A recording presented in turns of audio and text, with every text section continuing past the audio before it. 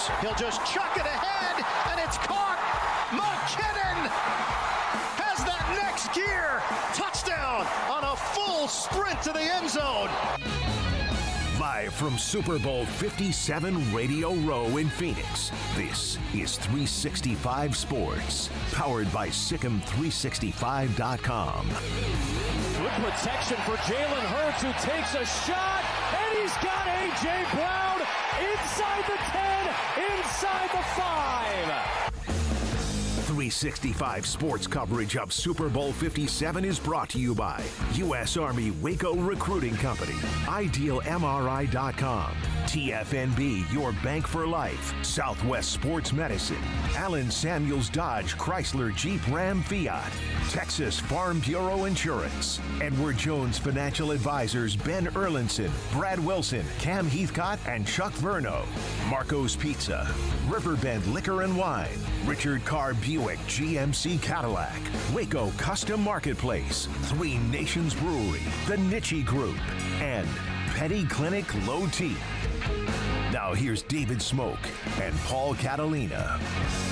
Well, good afternoon, everybody. 365 Sports once again, as we were yesterday on location inside NFL Media Headquarters in the Phoenix Convention Center, and also NFL, well, the location for Radio Row, a table next to us, Sean Alexander, former Seahawks and Alabama great.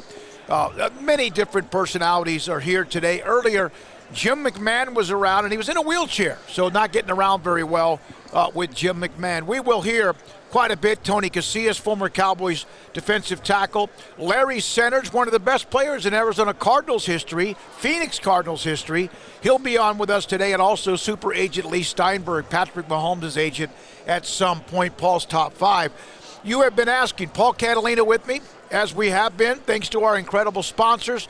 Thanks to Rob Maxey, Dr. Rob Maxey at Ideal MRI, Ted Teague, Allen Samuels, Dodge Chrysler Jeep Ram Fiat, Captain Kizzy, U.S. Army, Waco Recruiting Company, and so many others, Edward Jones and the great advisors there. You've been asking us to show you the surroundings, and today's the busiest day. Wednesday, Thursday gets crazy. Friday can. So we have a video that I took just a little bit ago that will show you inside of where we are. We have our booth, and by the way, you can see the candles in front of us. These, thank you. God bless Eric Horton, Tyler Candle Company. We give those out to those who stop by and people we've known for a long, long time.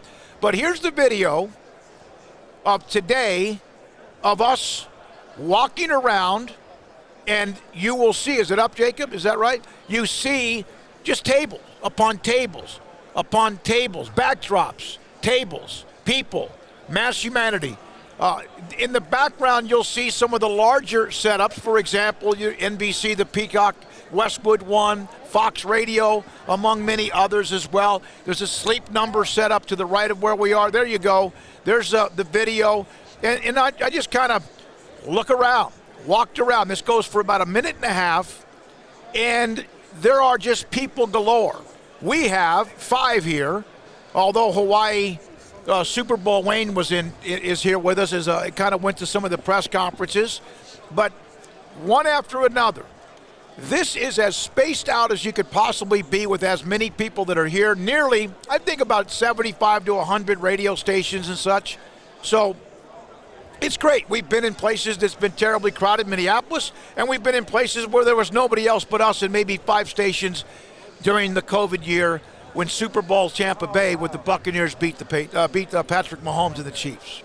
Yeah, it's today, when we walked in here at about 9:15 this morning, 9:20, it was just a buzz. I mean, yesterday was kind of, busy a little bit, but Wednesday, Thursdays when it's picked up, and maybe early Friday. But by noon on Friday, we're it gets a little, people start leaving, start going. So, it's been good today. We've got some stuff that we're going to show you later in the week that's been really good as well. So lots of cool stuff going on here. I encourage you to ever come to a Super Bowl if you get the chance. You can't usually come to Radio Row. Sometimes they have like a spectator garden kind of around it, but it is great. The NFL experience, like if you're in a town where the Super Bowl is, go to the NFL experience. It's an awesome time. It's cool to do. It is, and again, this is also, thank you very much, this is also, there's not that, what I call the cattle. When they had opened up the gates, people could buy or get passes to come walking around Radio Row. It almost got a little bit much. It really did. It got to be a little bit much. But, again, the NFL trying to let people be closer and touch and feel as far as where and what's going on. So that's that. We had the one story. By the way, Baylor men's basketball tonight at home against Oklahoma in a game where the last time they played, what was it, a couple of weeks ago, they had to grind one out against OU in Norman. That was a pivotal part of keeping that streak alive, and they didn't play well. Oklahoma has been the team that beat Alabama, and then a team that's also lost by 25 to somebody. That's tonight. Also tonight, Iowa State at West Virginia, Texas Tech at Oklahoma State. Last night, Jerome Tang and company, they surely got back on track with a rout of TCU 82-61. TCU's been a program up and down, too. So Oklahoma Baylor tonight at home at the Farrell Center. That game, 8 o'clock tip on ESPNU. Now, the women last night beaten. Tough loss. Led by 12 late. Couldn't inbounds the ball. I got something stuck in my throat. And lost to Oklahoma. Tough loss after they had won that game in Norman, and of course that was a huge crowd that was there, and unfortunately they didn't get a win when they were there. The Michael Irvin story, I haven't really looked at too much of it. He was supposed to be here today on Radio Row. He does what he does with NFL Network, former Cowboys Hall of Fame receiver. He was apparently a part of some sort of a conversation, maybe a minute long at a hotel. He denies anything happened. He's been suspended.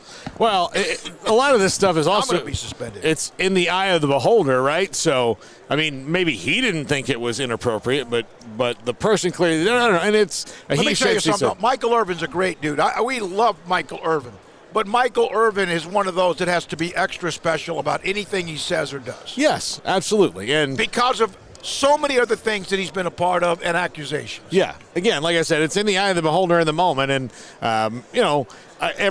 this is the era where, it's probably better. Yeah, so sorry. My eye is so dry in here. I'm dying coughing because I have a peanut in my throat or something. Yeah. Oh, yeah. My contacts are so dry right now.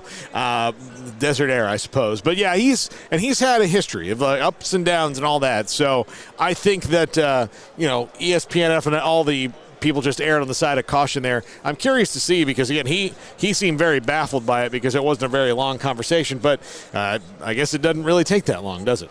No, and so I bumped into his agent who was here over at the TikTok setup, and he was going to be over there for an appearance, and I asked about whether, and I didn't know maybe the story that was going on until I came over here a little bit later on. And so, yeah, obviously I don't know what's going to happen with that, but He did appear, as he does on a weekly segment on the station in Dallas at 105.3 The Fan, and they had a conversation about it. I did not listen to that, but that was part of today. Now, college football is a big go-to for us, right, and for you and how we all built this together.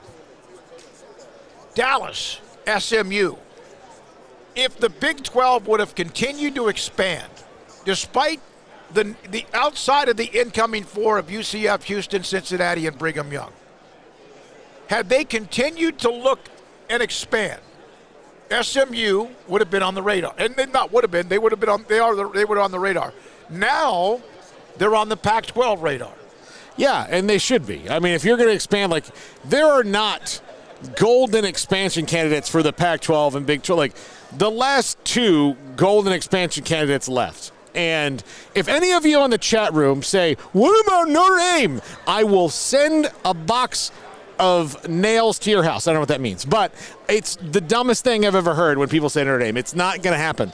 It's not going to happen. Not ever going to happen. So since Notre Dame's not ever going to happen, then you need to look at practically what you can do. And the Pac-12, you have to decide who you're going to be. Who are you going to be? This is probably what's slowed down their TV negotiations a little bit because all of the schools are kind of at different points in their trajectory.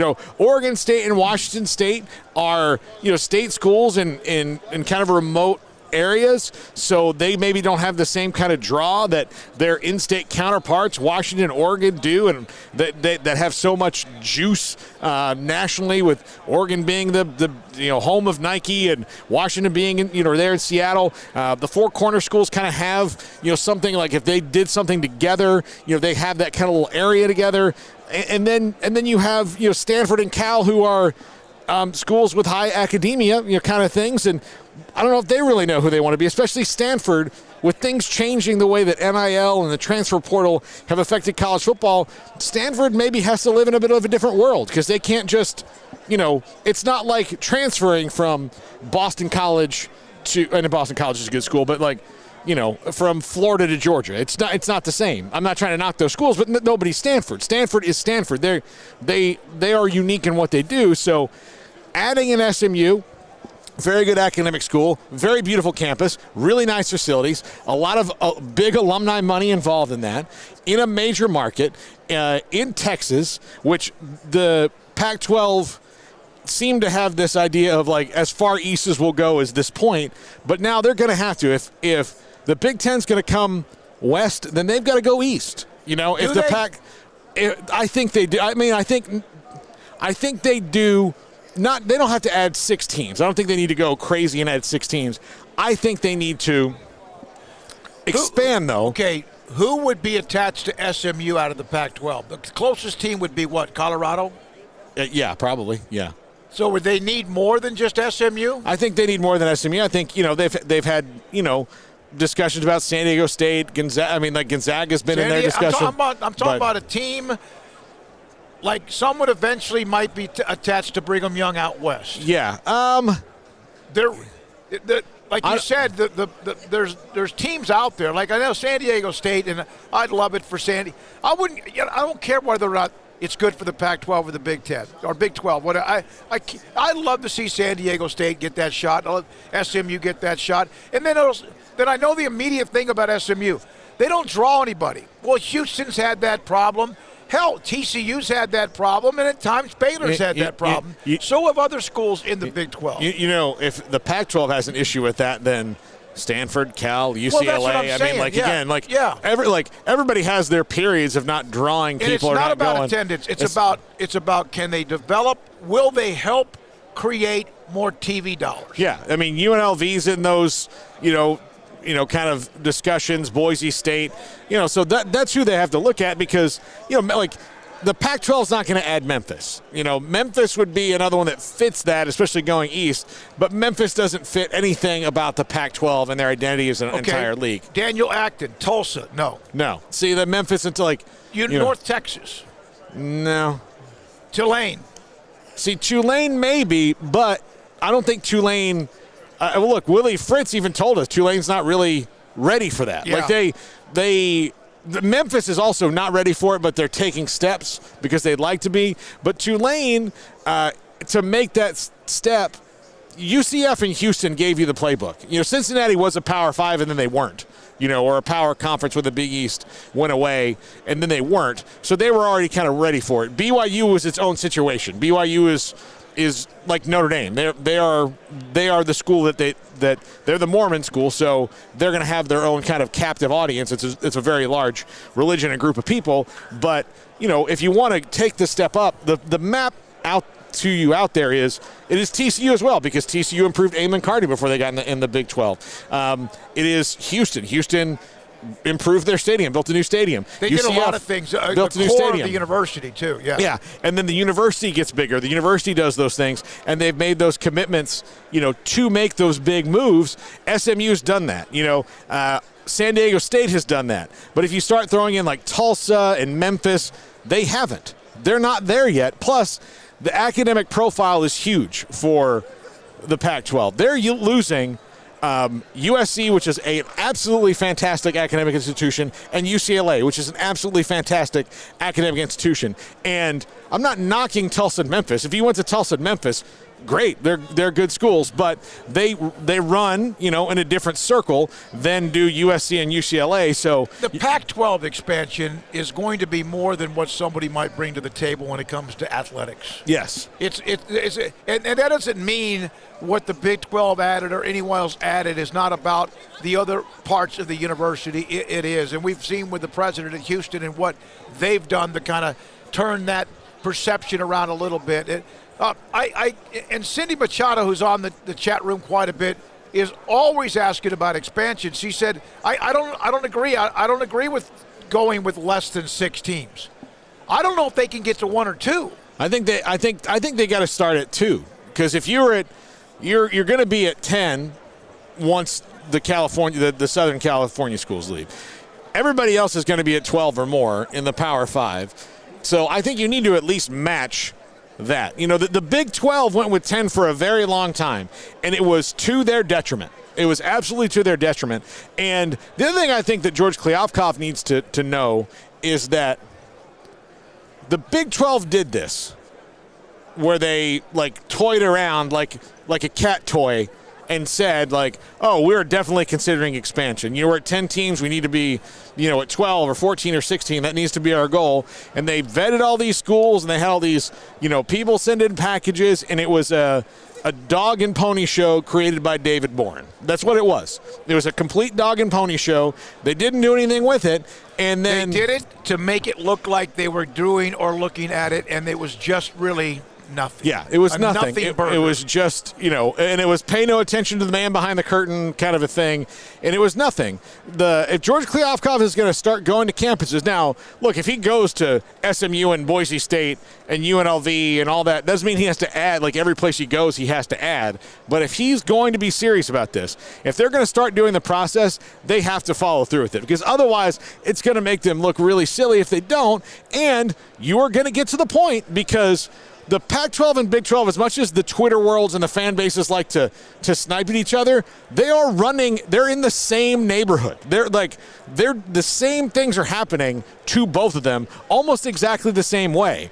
And if you don't follow the advice of the Big 12 that went before you, then you are foolish, because you have to, and it took the Big 12, Texas and OU leaving, for them to really expand, because, again, like I said, dog and pony show by David Boren. If you guys don't know who David Boren is, at the time he was the president of Oklahoma. So they were the ones who were stopping expansion. They left. The Big 12 added 4 teams, got back to 12, and now the future is much brighter, the TV deal went up, and all those things. All right, is Kliavkoff doing this because they're looking for expansion, or is he doing it because they need more before they actually sign or commit to something, or someone commits to them when it comes to television? Yeah, I mean, that's what I'm worried about. I think you have to make it worth the while. And look, if I'm a TV partner and I tell them, hey, why don't you go out and look, and let's set this up, because we would really like it more if you guys were expanding. That seems to be where the juice comes from, as far as promotion of the league right now. And if he just goes and does it and he goes, well, we don't like any of these schools, well, then you're the Pac-10, and that's what you're going to be for a very long time, until your bigger schools decide that there's a better offer out there and they take it. And I mean, it could be a decade from now. It could be 20 years from now. But this is how it works. All right, so we're live in Phoenix, Super Bowl 57, Sunday evening. Chiefs and obviously Patrick Mahomes against Jalen Hurts, Philadelphia. And there's more than those two, but those are the quarterbacks, of course, of both teams. Hurts from Dayton, Texas, Channelview, Texas, and of course went to Alabama, ended up at Oklahoma. And then after that, we know Mahomes from East Texas and White House, and then went to Texas Tech, and eventually now has been with the Kansas City Chiefs. All right, I want to discuss Baylor, Oklahoma men. If you look at the schedule now and the standings, with Kansas winning on Monday night against Texas, and then last night Kansas State winning in their game against TCU. Texas 8-3, Iowa State 7-3. Nothing changed last night. Kansas and Kansas State 7-4. Baylor half game up now in front of TCU because TCU lost. They played last night. Baylor playing Oklahoma tonight. There's a chance that at the end of tonight, if Baylor wins, there will be 7 teams. 7 teams within a half game of first place at Texas at 8-3. Yeah, and that's with Texas at 8-3. That's why it's important to win your home games if you're Baylor right now. And look, you're gonna have some tough ones coming up. You got to play Texas at home coming up. You've got TCU coming at home. You got to play at Kansas down the road. Iowa State. Yep. Those tough. You've got to play at Kansas and Kansas State still. Haven't done those things. So you have to. I guess TCU wouldn't be at home. TCU's on the road. They lost to TCU at home, right? No, they lost it. Yeah, TCU's on the road, too. Yeah, TCU's on the road. Yeah. So you've got to win your home games right now. That's got to be the first focus. Like, winning the road games is great when you do it, but, like, that has to be the absolute focus is win your home games right now. Beat Oklahoma, a team that you can beat, and you did not have your best game against them the last time out, and you found a way to do it. Now, especially with some of the new healthy players that you've been able to add into your lineup, maybe the defending Big 12 Defensive Player of the Year coming back a little bit more, that will be different this time around. I think the Oklahoma game, people can look at it, one of two ways. They can look at, oh, man, they barely beat an Oklahoma team on the road that wasn't in a very good way, and then that team, like the next week, went out and beat Alabama, the number 2 team in the country, by 25 points. Right. But what I look at it is you played one of your worst games against a team that was in a bad way, and you found a way to win. You're going to have to do those things. Those things help build character and maturity when it comes down the stretch, because you have to go on a 6-game winning streak to win the NCAA tournament, okay?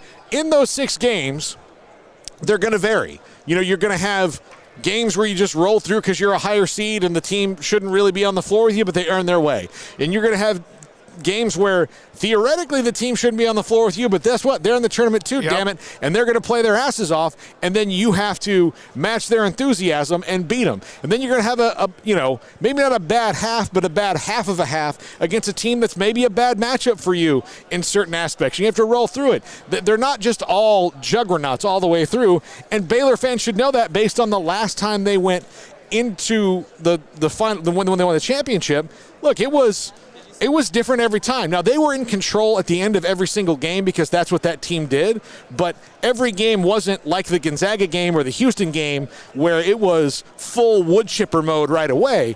The other games before that had varying degrees. Hartford for 8 to 10 minutes. Again, obviously, Villanova was the one. Yeah, Villanova, yeah. They had to grind through that, and so there's that as well. Jacob, where are we with Tony Casillas? 10 minutes? 10 minutes. Okay, we'll hear from former Cowboys defensive lineman Tony Casillas here a little bit later on in this hour about to track down Larry Centers, who is one of the best, among the top 2 or 3 best receiving backs ever as far as different kind of combination yards, but him out of the backfield. He played high school football in Tatum. He played, of course, college football in my alma mater, Stephen F. Austin, and then played with the Cardinals. And then at the end of his career, I think of another team or 2, including Washington. Were you guys technically classmates at SFA? Was he there the same time you were? You're kidding me. He's younger than you. Yeah. Oh, and not much. He played in the 1989 national championship game at SFA. Okay, so he's 8 so he's years, like 10 years. 8 or 9 years after I graduated. But that makes me feel. He hears that, he's going to feel old. I covered him when he was in high school. The overlap could have been your last year. That's what I'm saying. It was a compliment to you, and you got mad about it. No, it wasn't. I'm trying to protect Larry Centers' identity and his legacy. Oh, yeah, look. I covered him in high school. All right. That's fine. I wasn't just out of high school. Look, I watched him. College. I watched him growing up, but like when his career started, I was very young. There's another shot. You watched him growing up. And he's 9 years older than me. Yeah, younger. Kidding. All right. Super Bowl 57, Kansas City, Philadelphia. We'll get into some of Mahomes says his ankle's fine. We'll have a lot of that to deal with today. We mentioned the women losing last night, and tough loss. Bad loss. Right now they're trying to play catch-up. 12-point lead late in the game. Couldn't hold on to it. Inbounds pass, turnovers, all of that. Really difficult loss, especially with such a great home crowd at the Farrell Center. This is 365 Sports. The President's Day sales event is happening now at Allen Samuels in Waco. Shop the great selection of new cars, trucks, and SUVs and get amazing deals on new Ram trucks, Jeep SUVs, Chrysler sedans, and minivans, or a sporty Dodge. Get more for less, guaranteed. More value, more selection, more service, and more trade-in allowance. And of course, if we don't have exactly what you want in stock, we can help you build the custom car, truck, SUV, or van of your dreams and order it today. It's the President's Day sales event happening right now at Allen Samuels in Waco. Three Nations Brewing Company has 16 different beers on draft with a new beer every Friday. It also offers 2 air-conditioned tap rooms, a large indoor beer hall, a second-floor mezzanine offering a great overview of the brewing company and equipment and patio where you can relax under the shade. Plus, you can now experience the new Three Nations Beer Garden Grill on our shaded patio. Grab a cold beer and enjoy a bite from our freshly prepared and delicious menu. Street tacos, quesadillas, freshly cooked burgers and dogs, and veggie burgers too. Nachos and so much more, all prepared and cooked on site. So come visit the award-winning Three Nations Brewing Company on East Vandergrift off I-35 in Carrollton.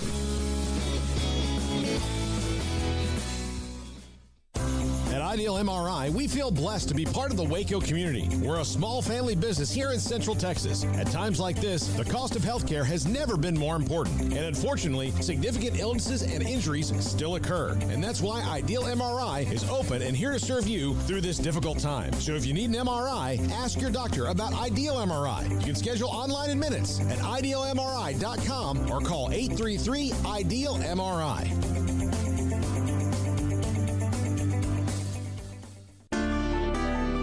It takes time to reach goals.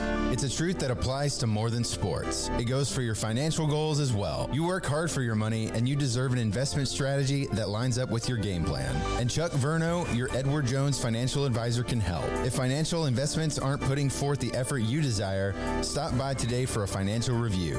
Chuck Verno, 720 North 64th Street in Waco, 254-732-1161. Edward Jones, member SIPC.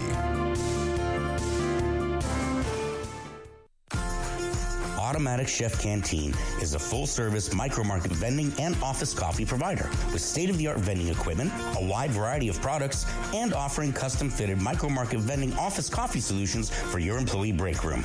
You want a full break room solution and a workplace oasis? Well, Automatic Chef Canteen, locally owned and operated for over 50 years in Central Texas, also includes in-house mechanics on call 24/7 for fast, reliable service and maintenance. Automatic Chef Canteen, 6900 Imperial Drive in Waco, or online at automaticchefcanteen.com. TFNB Your Bank for Life is the official local bank of Baylor Athletics. Find out why more Central Texas are making TFNB their bank for life. Sign up for our Edge checking and savings accounts to earn interest or cash back. With 5 convenient locations and an award-winning mobile app, banking has never been easier. TFNB Your Bank for Life. Member FDIC.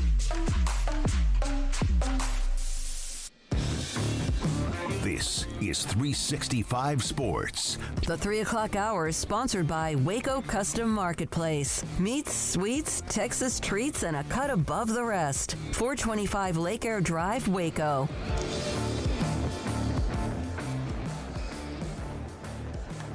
We're back. I'm not here. You know why? Because I labeled the headsets. Yeah. I labeled the headsets so that Paul would not get confused between the guest and his, and I picked up the guest. And yours is a different headset altogether. Yeah, it is, because I can actually hear. By the way, Allen Samuels, Dodge Chrysler Jeep Ram Fiat, Loop 340, east of 84 in Waco. Ted Teague and his staff.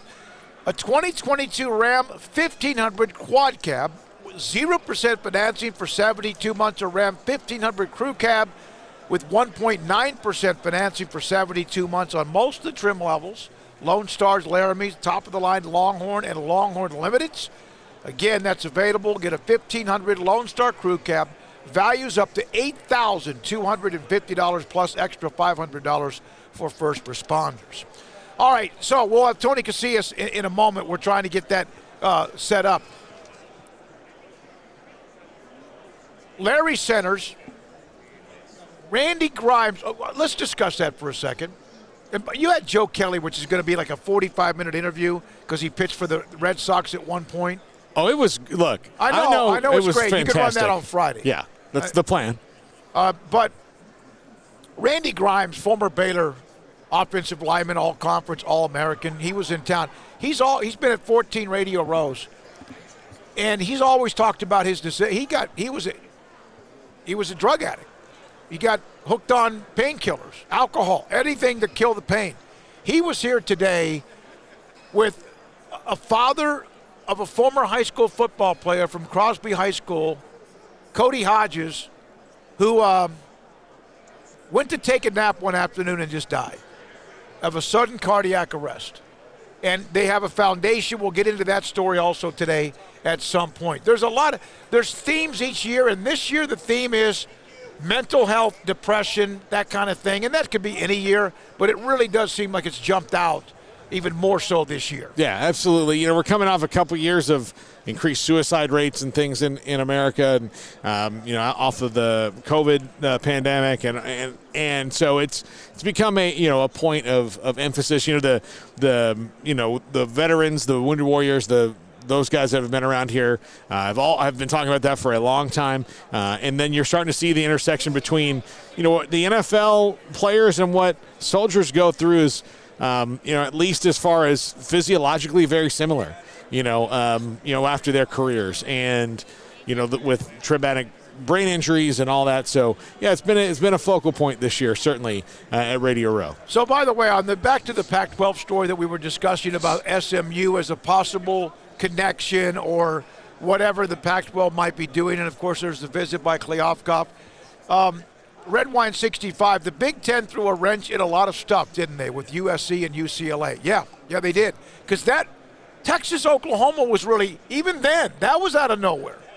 And if it wasn't for Brett Zerneman, who knows how much longer that might have been under the radar until, the Big 12 could have reacted, or it would have been too late to react. And then, of course, we thought that was a bombshell. And then almost a year later, you have USC and UCLA. From Jesse Wilson, the Pac-12 basically needs to add more teams before they get a new media rights deal, which is the question I asked you. Is this part of what they need to do? I think so. I think that, the media rights deal has slowed, not because there's not value in the Pac-12. There's value there.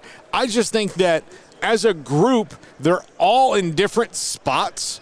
So expanding, when you expand the conference, that means that your current members are committing to a new structure and you're committing to something new. So expansion will help you get to that point where you can all commit and be on the same page. And look, through no fault of anybody in particular, this isn't what's going on in the Pac-12 right now is not like what happened forever and ever with Texas in Oklahoma, and the way that Texas and Oklahoma kind of ran the Big 12 and everybody else, was kind of treated at times like you're kind of lucky to be here. Just let us make our decisions and we'll take care of you. And so there wasn't that kind of autonomy within each school that you kind of had to, genuflect a little bit to the big dogs. And that was even before. With A&M was like that too. And, when you have too many alphas in the room, there's going to be a clash. What the Pac-12 has right now is they've got a bunch of schools they're all in different spots. So they have to think about what their long-term is and, what their long-term, what their plan is, does not necessarily have to be together, and it does not necessarily have to be on the same track if they want to go their separate ways. But if they want to stay together, they have to find where those tracks can stay together. By the way, Sidney Machado asked about, did anyone from the Big 12 reach out to any Pac-12 teams? I would think, and I don't know the answer, but I guess my gut is they have still their own things they're trying to work through, because of right now the focus for the while was get a damn schedule out. Then let's try to get this Texas-Oklahoma thing summed up, wrapped up, zipped up, whatever you want to do it. So I think that they have enough on their plate right now.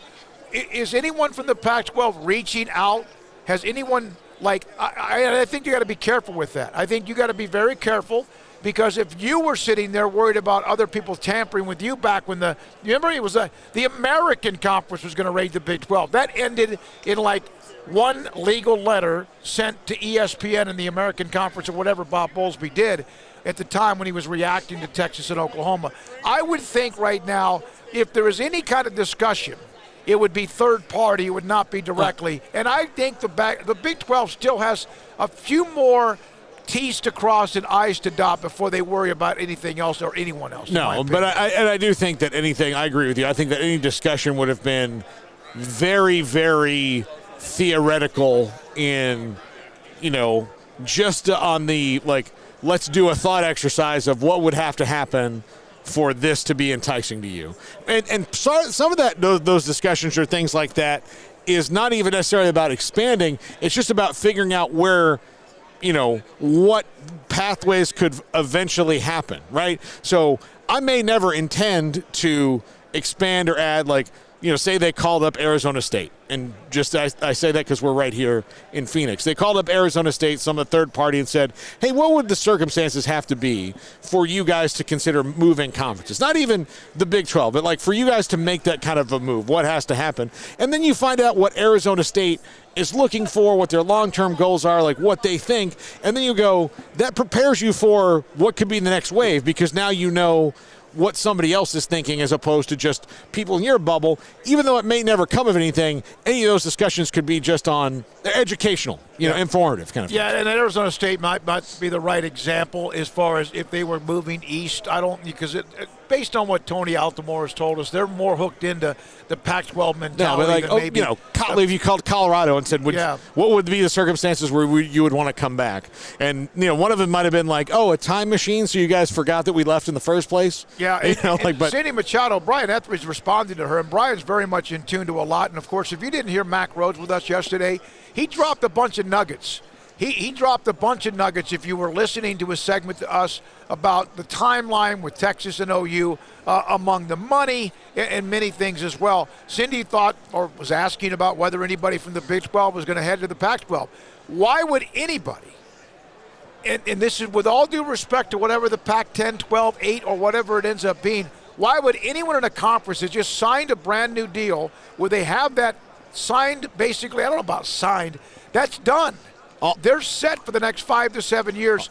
Go anywhere to a conference that right now doesn't know anything about its future. And also, let's be honest, the Big 12 would be more than happy to talk to any school should they become available, and that was officially in the water, right? If it was one of those things that these schools are in the water, they would be happy to. But the Pac-12 has had several different chances to add schools from the Big 12 in their time and thumb their nose at most of them. Yeah. So, and it's all in water. So it's just they have different organizational goals. So I don't think there's a lot of schools in the Big 12 that would want to just leave and go there because also what would they have to pay? Exactly. It's not even with 60% of a discount that Texas and Oklahoma might get. We don't know that. When we come back, former Cowboys defensive lineman, 2-time Super Bowl champion. He also won a national title at Oklahoma. Tony Casillas on This Week, the Cowboys drought, and much more. This is 365 Sports. In our logo and advertising, we say we are people that you can count on. What does that mean? It starts with providing a quality vehicle and quality service at a fair price. But it also means we do what we say we will do, and we treat people fairly with respect. It starts by hiring great people, good local folks who work hard with a caring attitude. Our employees are the real reason we are people that you can count on. Put us to the test and see for yourself that at Richard Carr Motors, we are people you can count on.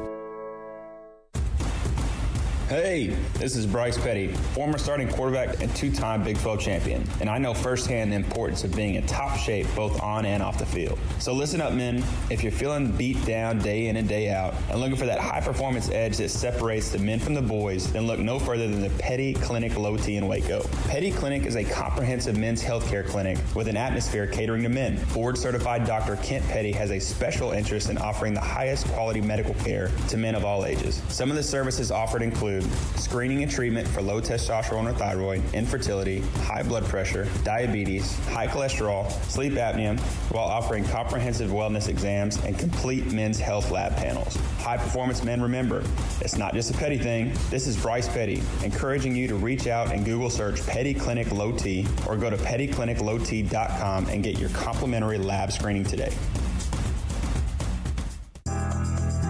Riverbend Liquor and Wine, Lakeshore Drive and North 19th Street, right behind the bank, is a hidden gem in Waco. If you're a fan of bourbon, especially local Texas bourbons, that's where you gotta go. Balcones, TX, Devil's River, whatever it is, they've got it. Riverbend Liquor and Wine, plus the best selection of craft beers in Waco, seasonally churned out throughout the year, whether it's spring, summer, fall, or winter. Riverbend Liquor and Wine, best selection of craft beers, a speedy drive-through window, and excellent customer service. Find out more on Instagram or just go by and see them. Lakeshore Drive at North 19th Street behind the bank. Waco Custom Marketplace is your hometown grocery store with a full-service butcher shop and bakery. Hi, this is David Smoak. The butcher shop can take your customized orders for seafood, pork, and poultry and custom cut your favorite steaks from bacon-wrapped fillets to T-bone to bone-in ribeyes. Cut specifically the way you want. They have Norwegian salmon fillets, catfish fillets, sliced ham or turkey and lunch meat, variety of cheese available, and several options of sausage links. Fresh chicken breast or whole chickens, sliced bacon, pork chops, ground beef, marinated beef, and chicken fajitas, and always large briskets available, plus fresh vegetables. So the great product, customer service, and family tradition of the Bauer family continues at Waco Custom Marketplace, open Monday through Saturday. A full-service butcher shop and bakery available. Waco Custom Marketplace, 425 Lake Air Drive in Waco, or WacoCustomMarketplace.com. Let Camille Johnson Realtors guide you seamlessly through the process of buying your dream home or selling your current one. Commercial, farm and ranch, or residential, Camille Johnson Realtors can smoothly and successfully lead you through any transaction. With a team of 28 experienced agents who are excited about serving you, Camille Johnson Realtors services the entire greater Waco area. If you're in the market to buy or sell, contact Camille Johnson Realtors, 104 Midway Center in Woodway, or find them online at www.camillejohnson.com. Camille Johnson Realtors, elegant, charming, warm. Welcome home. This is 365 Sports. Text us at 254-339-1122. The text line is sponsored by Riverbend Liquor and Wine, with the most extensive variety of craft beer in Waco. A hidden gem on Lakeshore Drive and 19th Street. IdealMRI.com, Dr. Rob Maxey and his staff can help you do two things. If you have pain, whatever that might be, I've had kind of a little bit of a lower back issue, probably from that airplane flight late on Monday night, or maybe the bed that's like a Chinese torture bed that I'm sleeping on. Second time since I've known you. No, it's very comfortable. Look, I'll tell you. Something's wrong. I got a little... That couch out there is really nice. It's a little bit. So I maybe need to go get a massage. If I had something that was really bad that was not keeping me from functioning, IdealMRI.com for $497 or less every single time inside the Central Texas marketplace. I got a feeling Tony Casillas over the years, even during or after he retired, has had some bumps and bruises. Two-time Super Bowl champion with the Cowboys in Super Bowl 27-28, winning against the Bills. National championship, Lombardi Award winner, All-American 2 years in a row, consensus at OU. We had a chance to visit with Tony Casillas about the Cowboys drought this week and the difference, and where is that edge the Cowboys seem to just not quite have. Tony Casillas, former Cowboys defensive lineman, Falcons, Oklahoma, won all the awards when he was there. He's been with us many times on this show, 365 Sports. Craig Smoak, not here today, Paul Catalina, and I'm David Smoak. Tony, do you still reflect, anytime there's a Super Bowl week, do you kind of go back a little bit and reflect a little bit on your career? Oh, absolutely. You have to, because that's all you have is memories and accomplishments. And, you have the trophies, the rings remind you. And, it's such an elite group. And you just, you have to reflect. And unfortunately, if you're a Cowboys fan, you have to, some people don't remember that, but we all do, my generation. But I think it's a moment that you'll never, ever erase. I think a lot of things, Smoke, I think they fade, but this game itself and being able to actually get in the game and the memories and the things that led up to it and the accomplishments to get there, it's the best memorabilia. It's the best something to be part of history. And really, it's a teammate accomplishment. It's those teammates, organization, and everything that you were able to take through. And, the one thing that I really just kind of touch your heart is that when people talk to you that grew up in that generation and grew up watching the Cowboys play and win Super Bowls and being part of it, they thank you. It's like, thank you for those memories. And that's the biggest – I think that's the biggest compliment you can ever get, is being able to – a fan be able to come up to you and say thank you for those memories. Well, Tony, I was one of those fans who grew up in that era, and I do. I feel very grateful that I got to see that. Now I do cover them professionally. I do feel a little bit like I'm covering the band on the reunion tour. It's not the Beatles all together. Like that's how it feels covering the Cowboys now. I keep wanting that to come back. If you could body swap with Jerry Jones for a week, what would you do to that roster to help in that? To help it come back and get those glories back? I think I would just have a come to Jesus with these players, because I think that's people ask me, what do you think? What's the problem with the Cowboys? I mean, it's not Dak Prescott. It's just the inability for this team, and it's collectively. Quarterback's going to blame, but it's them not being great enough to win big games. And you can be good, but you got to be great. And when you're not great consistently, then that's the issues you have.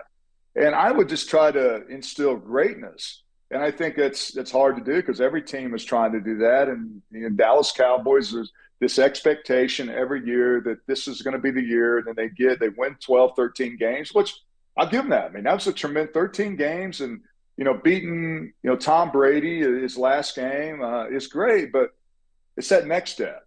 So to answer your question, it would be able to instill the whole sentiment. Look, we got to be great in big football games, not just good. You were a part of the team that kind of took that first step forward when the Cowboys started their unbelievable run in the 90s, and you were a part of Super Bowl, 27, and what they did in Super Bowl 28. You were a part of that team. Aikman had been hurt. Berline came in. You guys made kind of a run, lost to the Lions, who played in the championship game against Washington.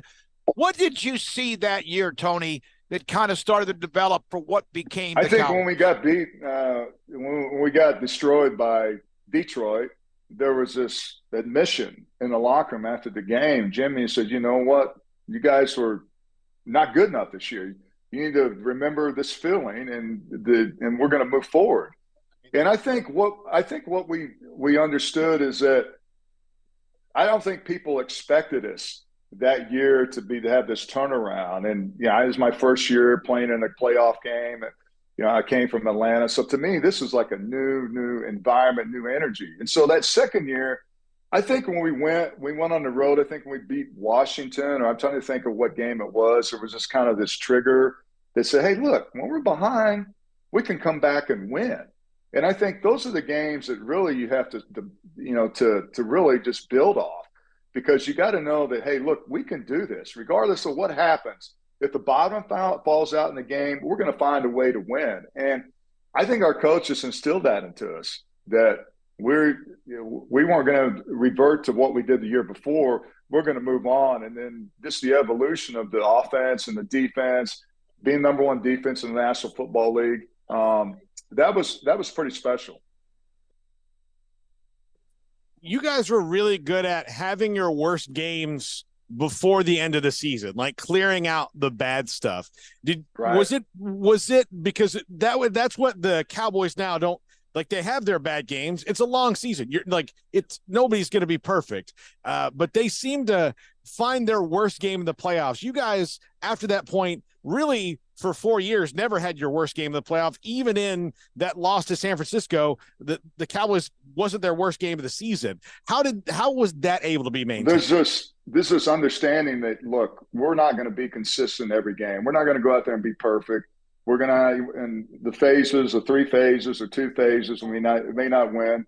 We may be good in one phase and may not be good in the other 2 phases. And if you win you're 1 out of 2, then you're not going to win. And we understood that. It's like what we did the week after to rectify that, correct that? And then was it a physical thing? Was it the mental preparation? Was it going on the road? Was there something the coaches didn't game plan? We got it right the next week. But more certainly in the month of December, we knew we were playing for something. And the height of all the emotion comes from being able to play in those big games that mean something, that are meaningful. And we knew that, look, it was a different season. 16 games a season. We knew in the last part of the season that this is playoff time for us. And it's a different gear. It's not just we can't play just kind of like this limp in and just get blown out and expect to turn that switch the next day. It doesn't work like that. And I think that really frustrates me when people say, when teams think that the teams that aren't seasoned enough to realize to turn that switch on, they can, but a lot of teams, they can't do that because they're just not, they haven't done it enough. And so I think that's what we were able to figure out and be able to consistently win, as I mentioned, be great in the great games. You're not going to be good. You're not going to be great all the time, but when it really counted, when you knew that you had to move on to another game, you had to be prepared, that's when we shine. Yeah, and that's what the Rams did, and that's what today or this week, Chiefs Absolutely. and Eagles. And Tony, one more question on that, and I want to get into the huddle up and also what you're doing with NFL alumni and all that. The Cowboys, did you ever in your mind think it would – Paul brought this up as a fan when he was younger. I covered you in those teams in the 90s. Did you ever think it would be 27 years, not without even winning a Super Bowl, but getting to a championship level game? It's a long pause because when people mention that, I think, really? It's been that long? I mean, we haven't been to we haven't been to the second, win the third round of championship in that long. Look, I would have bet other things that I would have been able to win bets. And I would have bet that the Cowboys wouldn't have been relevant in an NFC championship in the Super Bowl in 27 years. I'm like, I'll take that bet because I think that it's just people want it to happen so bad, and maybe that's the problem. We don't need, people wanted this to happen so many times, and when you win 3 Super Bowls in the 90s, everybody's like, okay, they're taking it for granted, and now they're selling that, and there's this expectation, and I think that's the problem and really the disappointment, because there's expectation with no really substance there.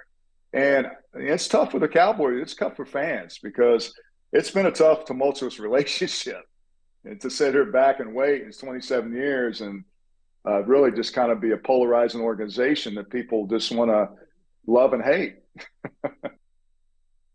Tony Casillas, again, with us, 2-time Super Bowl champion. Huddle up, talking about obesity, the NFL Alumni Association, and trying to educate fans, former players, people about the importance of trying to get through perhaps sometimes what is an issue with weight and health, et cetera, and fitness. Yeah, I think that the best thing, and I'm just great about this program is that as a former NFL player and alumni, it's all about train to maintain. And when you talk about obesity, it's a medical disease. It's not a character flaw.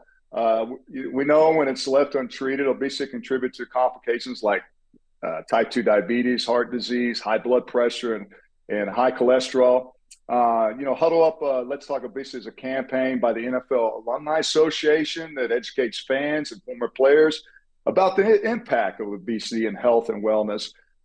This campaign, guys, has helped dozens of NFL alumni directly, including helping them have more open conversations about obesity. No one wants to talk about that, especially guys, and how to lose weight and keep it off for the long-term health. And if you want more information, please, it's just not just for NFL players, it's for for everyone. You can visit our website at huddleupobesity.org to learn more. There are doctors trained on this issue that can help. I mean, don't be afraid to talk to a doctor about a game plan. There's prescription drugs if you have an issue with getting started that can help you. And one last thing, guys. There's no one size fits all solution for losing weight. We know that. That's why it's so crucial to talk about obesity like any other disease, as people feel like they need to manage their weight on their own. And knowing that there's medical options available, that's the best thing. And for me, as I mentioned, it's train to maintain. And you're an NFL player, you're used to everything being structured, your meals, meetings, strength and conditioning, your life is structured. But once you leave that, this is the great way to get back in that structure and live a healthier second life, and really just be able to be passionate about that. And it's difficult to talk about, but I just know in this brotherhood of NFL players, we want to sustain and live and enjoy life. And this has been a tremendous program, guys. I'm so happy to be part of it. Well, Tony, I appreciate it. Someone who I constant struggles with my weight up and down, and it's hard. I know it's hard. I appreciate what you're doing. I'm definitely going to check it out. And I'm getting married in a few months. I got to lean up just for that generally. But for you in particular, and for people who play your position, linemen, this is going to be harder, right? Because you were, not only did you are big just naturally and God made you that way, the team wants to keep you at a certain thing. And then when you're not, it is really hard to think about your life of not eating this much because you're not ever going to be working out as much, right? As you were when you're a professional you would athlete. think that, but when you look at some of the linemen, you look at some of the skilled guys, it's totally opposite. Guys that were, when I played, and guys that played when they're 300 pounds, these guys have shed their weight. And then there's skilled guys, defensive backs, wide receivers, could have played a 2 technique now because of their size. So you would think that, but I think we just get out of the realm of really just, time goes by fast. We mentioned 27 years since the Cowboys have been back. Time is essence, and you just, you just kind of keep putting it off, and you're at home. Okay, can we do this and that? I want to go out, have a couple of cocktails, I want to eat. But, it's all about out with the old, in with the new. And really, you don't have to just be at the gym for an hour. Just do something that's going to get you going. And, you coming up, man, you're going to be looking on your wedding day. But I think it's just accountability, guys. It's accountability that you look at the mortality rate for NFL players. Unfortunately, I hate to say it, the lifelong expectancy for players not long. So you want to outlive that and go down swinging and fighting and feel good about it and do the things and really feel good about it. Self-pride. I mean, when you're an athlete, it's all about having self-pride, right? Mm-hmm. So continue to have that self-pride. It's not when you're 25, but you can have some pride in what you do and feel good about it. There's so much benefits of cognitive and not only the fitness and cardio and heart and diabetes and control cholesterol, but mentally, it's to me, it's been a lifesaver. 2-time Super Bowl champion, national champion at Oklahoma in '85, Lombardi Award winner, 2-time All-American. Tony Casillas with us, representing Huddle Up. Again, you can go to huddleupobesity.org to learn more involving the NFL player community. Tony, thanks for your time. It's always great to have you on the show. We'll hope to talk to you soon. Good protection for Jalen Hurts, who takes a shot, and he's got A.J. Brown inside the 10, inside the 5. Super Bowl 57 is headed to Arizona, and so are the Chiefs and Eagles. 365 Sports will broadcast live starting on Tuesday, February 7th from NFL Media Headquarters in downtown Phoenix. Join 365 Sports throughout the week for daily news and notes on the big game, interviews with players, personalities, and more at Radio Row inside the Phoenix Convention Center. Mahomes, he'll just chuck it ahead, and it's caught. McKinnon has that next gear. Touchdown on a full sprint to the end zone. 365 Sports Live from Super Bowl 57 is brought to you by U.S. Army Waco Recruiting Company, IdealMRI.com, TFNB, your bank for life, Southwest Sports Medicine, Allen Samuels Dodge Chrysler Jeep Ram Fiat, Texas Farm Bureau Insurance, Edward Jones Financial Advisors Ben Erlinson, Brad Wilson, Cam Heathcott, and Chuck Verno, Marco's Pizza, Riverbend Liquor and Wine, Richard Carr Buick GMC Cadillac, Waco Custom Marketplace, Three Nations Brewery, The Nitchie Group, and Petty Clinic Low T. the Chiefs versus the Eagles from Super Bowl 57. Second and goal. He lofts it to the end zone, and it is caught by Kelsey for the touchdown. 365 Sports will be there live starting on Tuesday, February 7th.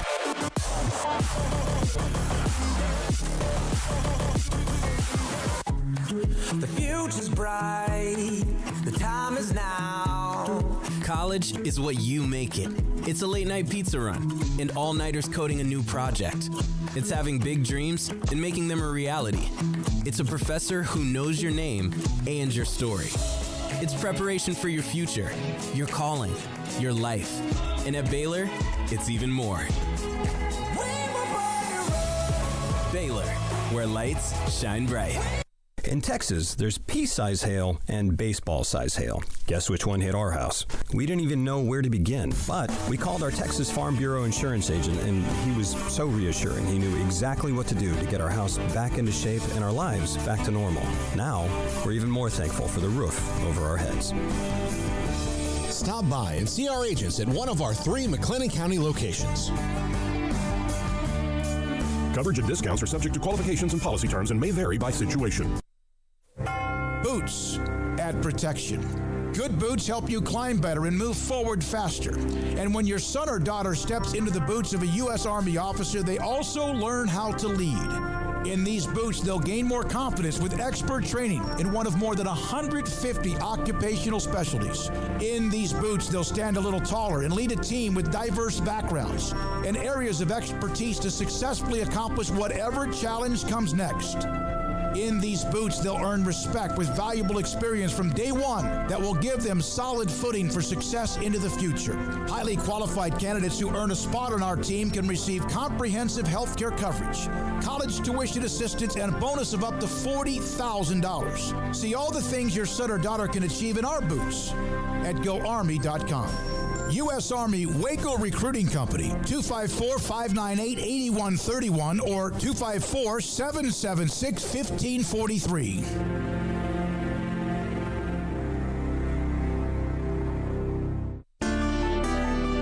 One size fits all. That may be all right for an adjustable belt or cheap sunglasses. But when it comes to your financial needs, no one wants a one-size-fits-all strategy. Cam Heathcott, your Edward Jones financial advisor, knows that his most important goals are yours. That's why we take the time to understand your needs. Knowing you, that's how Edward Jones makes sense of investing. Cam Heathcott in Conroe at 936-756-7717. Edward Jones, member SIPC.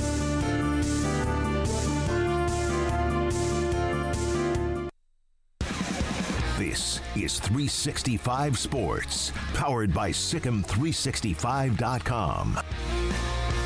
The 4 o'clock hour is sponsored by Boozer's Jewelers, the wedding ring store, specializing in custom jewelry and repair, all in-house. Now here's David Smoak and Paul Catalina.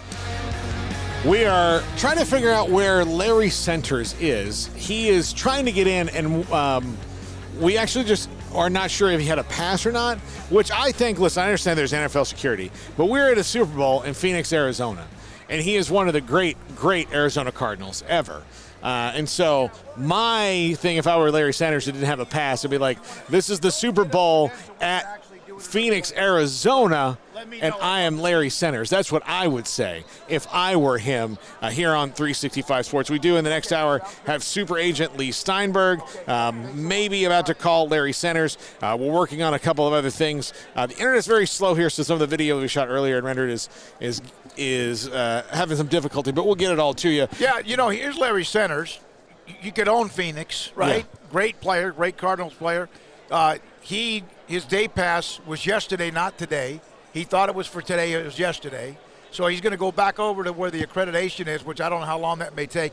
If anything, we'll get him on the phone, but I was hoping to have him here live because it's Larry Centers. Even when I mentioned that to Darren Woodson, he goes, Larry Centers is a great player. Great player. Again, what I just said, Smoak, and I said this to you, is when they said this was for yesterday, he's like, yeah, but like, of the people, of like the Arizona athletes that could say this is my city, there's probably 10, right, that like would be on that Justice League. Randy Johnson, him, Larry Fitzgerald, Aeneas Williams. Day you had Kevin Roger Worley. Here's the deal, Kevin Johnson, but he was the mayor of Sacramento, so I don't know if, like, since he's the mayor of Sacramento, does that take him out of being a Phoenix legend? Look, Dan Marley has a sports bar up here. Right around the good one too. Dan, it's really not good. Just because it's a really good food, good service. A lot of time when you have an athlete sports bar or an athlete restaurant, sometimes like it's like 50-50. It's either excellent, like Shula's Steakhouse is absolutely out of this world. As a matter of fact, if you didn't know the Shulas were football coaches, Don Shula was a football coach, you would think like he was a restaurateur. It's that good. Yeah, it is. A place. But and then you have other ones that are, Kiki Vandewey's Tiki Hideaway, and they're not that good. But it was really good. So Randy Johnson has a restaurant here, or Does he did, really? with he co-owns it with Alice Cooper. He does. Yes. Wow. Yeah, like that is an odd pairing, but apparently Alice Cooper is a huge Phoenix sport. He's from Phoenix, and he's a Phoenix sports fan and a big baseball guy especially. I'm trying to think. There was a kicker back in the day, and again, you're trying to use the bucket list of Arizona, named Jim Bacon. Was a pretty good, but Larry Centers would be in the conversation. Yeah. And if we can get him here, which I don't know now because of the timeline, Lee Steinberg, super agent, in about an hour here on Radio Row. Well, and here's the thing: Larry Centers, for his era of Arizona Cardinals, was one of the best players. Was Eric Swan was their tackle back then? He was really good. Defensive tackle, came out of nowhere. Yeah. Not far away from when Leon Lett came from Emporia State. Was that right? Jake Plummer's been running around here. Jake Plummer looks like he could be a part of the Beach Boys. Yeah, he's Arizona State, and then, of course, played for the Cardinals as well. But Jake Plummer is not, believe me, we've met him and had him on the show several times. He's not the kind of guy that would give enough of a crap about being one of the Kings of Arizona. He's so laid back. If you had to pick, if you walked to this room and saw people walking around and say pick 10 guys who are not professional athletes, he might be wind up in that 10 if you looked at him right now. No, you're right. Because you're exactly right. I mean, he's very thin. He's always thin, but like definitely, he has mushrooms now. He has a mushroom business. The chat room, retired stockbroker. What's on y'all's desk today? Are you selling beauty products or condiments? And I'm glad you said condiments. These are, we just had Kim and Tamra from Houston came by. She does a talk show, saw all of the designs of Tyler candles. My best friend Eric Horton owns this company, basically started this out of an old beat-up hotel in downtown Tyler. He's done much more than that over the years and now has a factory, and they crank out the most prestigious candle you can get. And they came by, they saw the designs, they said, oh my God, Tyler candles. I just thought they read Tyler. No, they were here for a reason and excited about that. So these are candles. You got votives, got regular candles, you got some moisturizer, and then on top of that, the candles. And then here's the cool thing, and this is wonderful. We're doing a commercial for him because he's sent us a ton of product. Wash for you that when you want to clean your clothes, it's spectacular. It smells fantastic. Amanda has demanded I get her some of this, but she uses it for our sheets. So like every time you lay down, you're like, oh, hey. You could use it for anything. Yeah, but like particularly. Even that underwear that girl gave you. Yes, Saks. She gave it everybody. Look, no, I'm not going down like that. I'm not going down like that. Yeah. Here's the deal. Some girl just came walking up randomly to Paul. All 3 or 4 of us were sitting there. Never said a word to us. She goes, "Hey, aren't you the one that said you wanted me to give you some underwear?" No, look, everybody's got some. I don't have any. Look, throw it across camera. So there you go. See, there we go. God, yes, you do. We got a damn commercial going on for candles. A good product, and then Saks. I'm not sure if that's who you ran into when you were running late last night or what. No. I was with Q. Alex, well, that's even the worst. That's what I should have. Alice Cooper, by the way. Hey, stupid. That's from Paxton. Retired stockbroker. I saw Alice Cooper last year in Sugarland, Houston, with Ace Frehley, and also from Kiss, the great show. I bet that was Alice Cooper and also Kiss. That had to be a great show as well. Retired stockbroker, I said, condiments, not what you wrote down. I didn't know. Yeah. And now, yes, your wife you should buy this product, Tyler Candle Company. And Rhino reselling what she's. If y'all passed out condoms for small boutiques, Central Texas condom maker, that would be hilarious. Where did that come from? I don't know. I guess just you brought it up. There's Neil Smith that just walked by. In case you big man. I don't know if you could see. I don't know if his face was on camera or not because they're sitting down. Former Nebraska great, right? Yeah, there's Neil Smith right there. Can we tell this? So we one time were doing and this is one of the first times we did this, but College Game Day basketball came to Waco for Baylor in Texas. Yes. And Nick Jose was the external affairs AD at the time. He's at Iowa State now.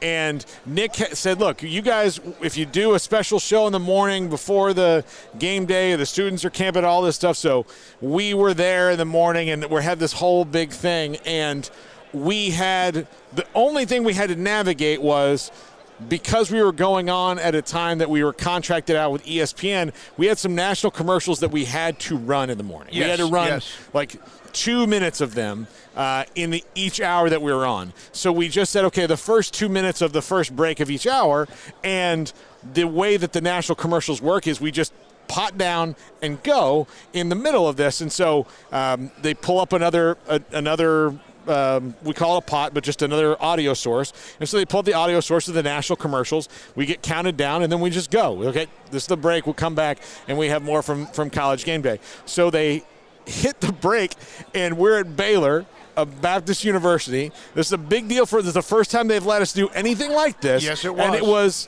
they wanted to, but like it was very conditional, like along the way. Like there were certain things they had to, for their own business interests, like satisfy. So it was we were nervous about it. We were nervous. There were a couple things that had happened along the way that made us a little nervous. First rattle out of the box national commercial is a Trojan condom commercial, and a very lurid one at that, especially for 7:25 in the morning when it was. And we were like, oh my God. And the thing is that it went on for like 15 seconds before you really know what it was, because you're like, I think this is a condom commercial. It's a condom commercial? Oh my gosh. And then by that time, you're kind of in it. So we had to finish it because we didn't have anything else ready to go. So we had to roll through this and then just pray against everything that no one from Baylor came over and went, when's the phone call coming? Yeah. And it did not happen, but now it's too late. He's gone. Well, it's too, but I remember just like sitting waiting for days and days, being like, look, everything was great, but to have to explain how that happened. It worked out okay. Retired stockbroker, this show cost me money.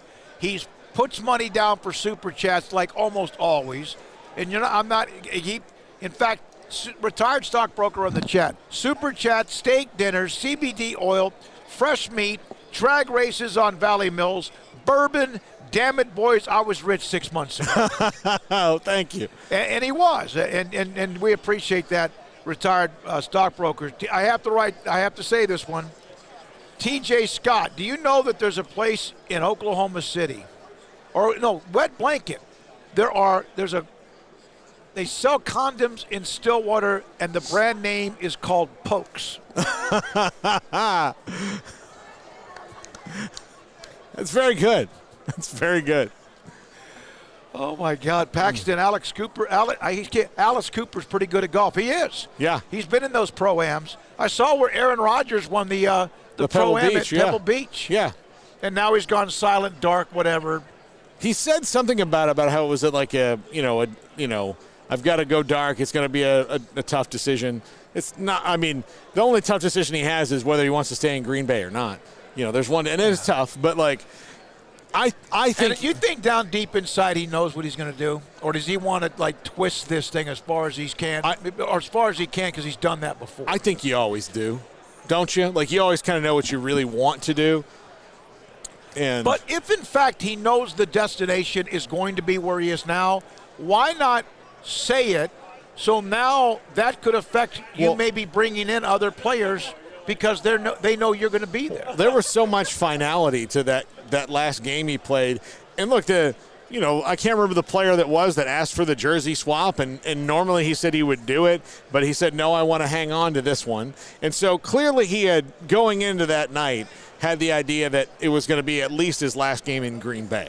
And so I think he wants to do something new on the way out the door, much like Manning and Brady both did. Drew Brees didn't get to do it, but yeah, those guys in that era have all gotten to do that. Favre went before him, did the same thing. Had a good year in Minnesota, but I think ultimately, that's kind of what he wants to do. Yeah, no, it will be interesting, and yet it will drag out. And there's LeVar Arrington, I believe, right there. It is absolutely one of the great college players at Penn State and a phenomenal player with Washington. Knocked Troy Aikman into retirement. Yeah, knocked Troy Aikman into retirement. Now, do you remember the Alamo Bowl that he played? He and Courtney Brown were there. That they played against A&M.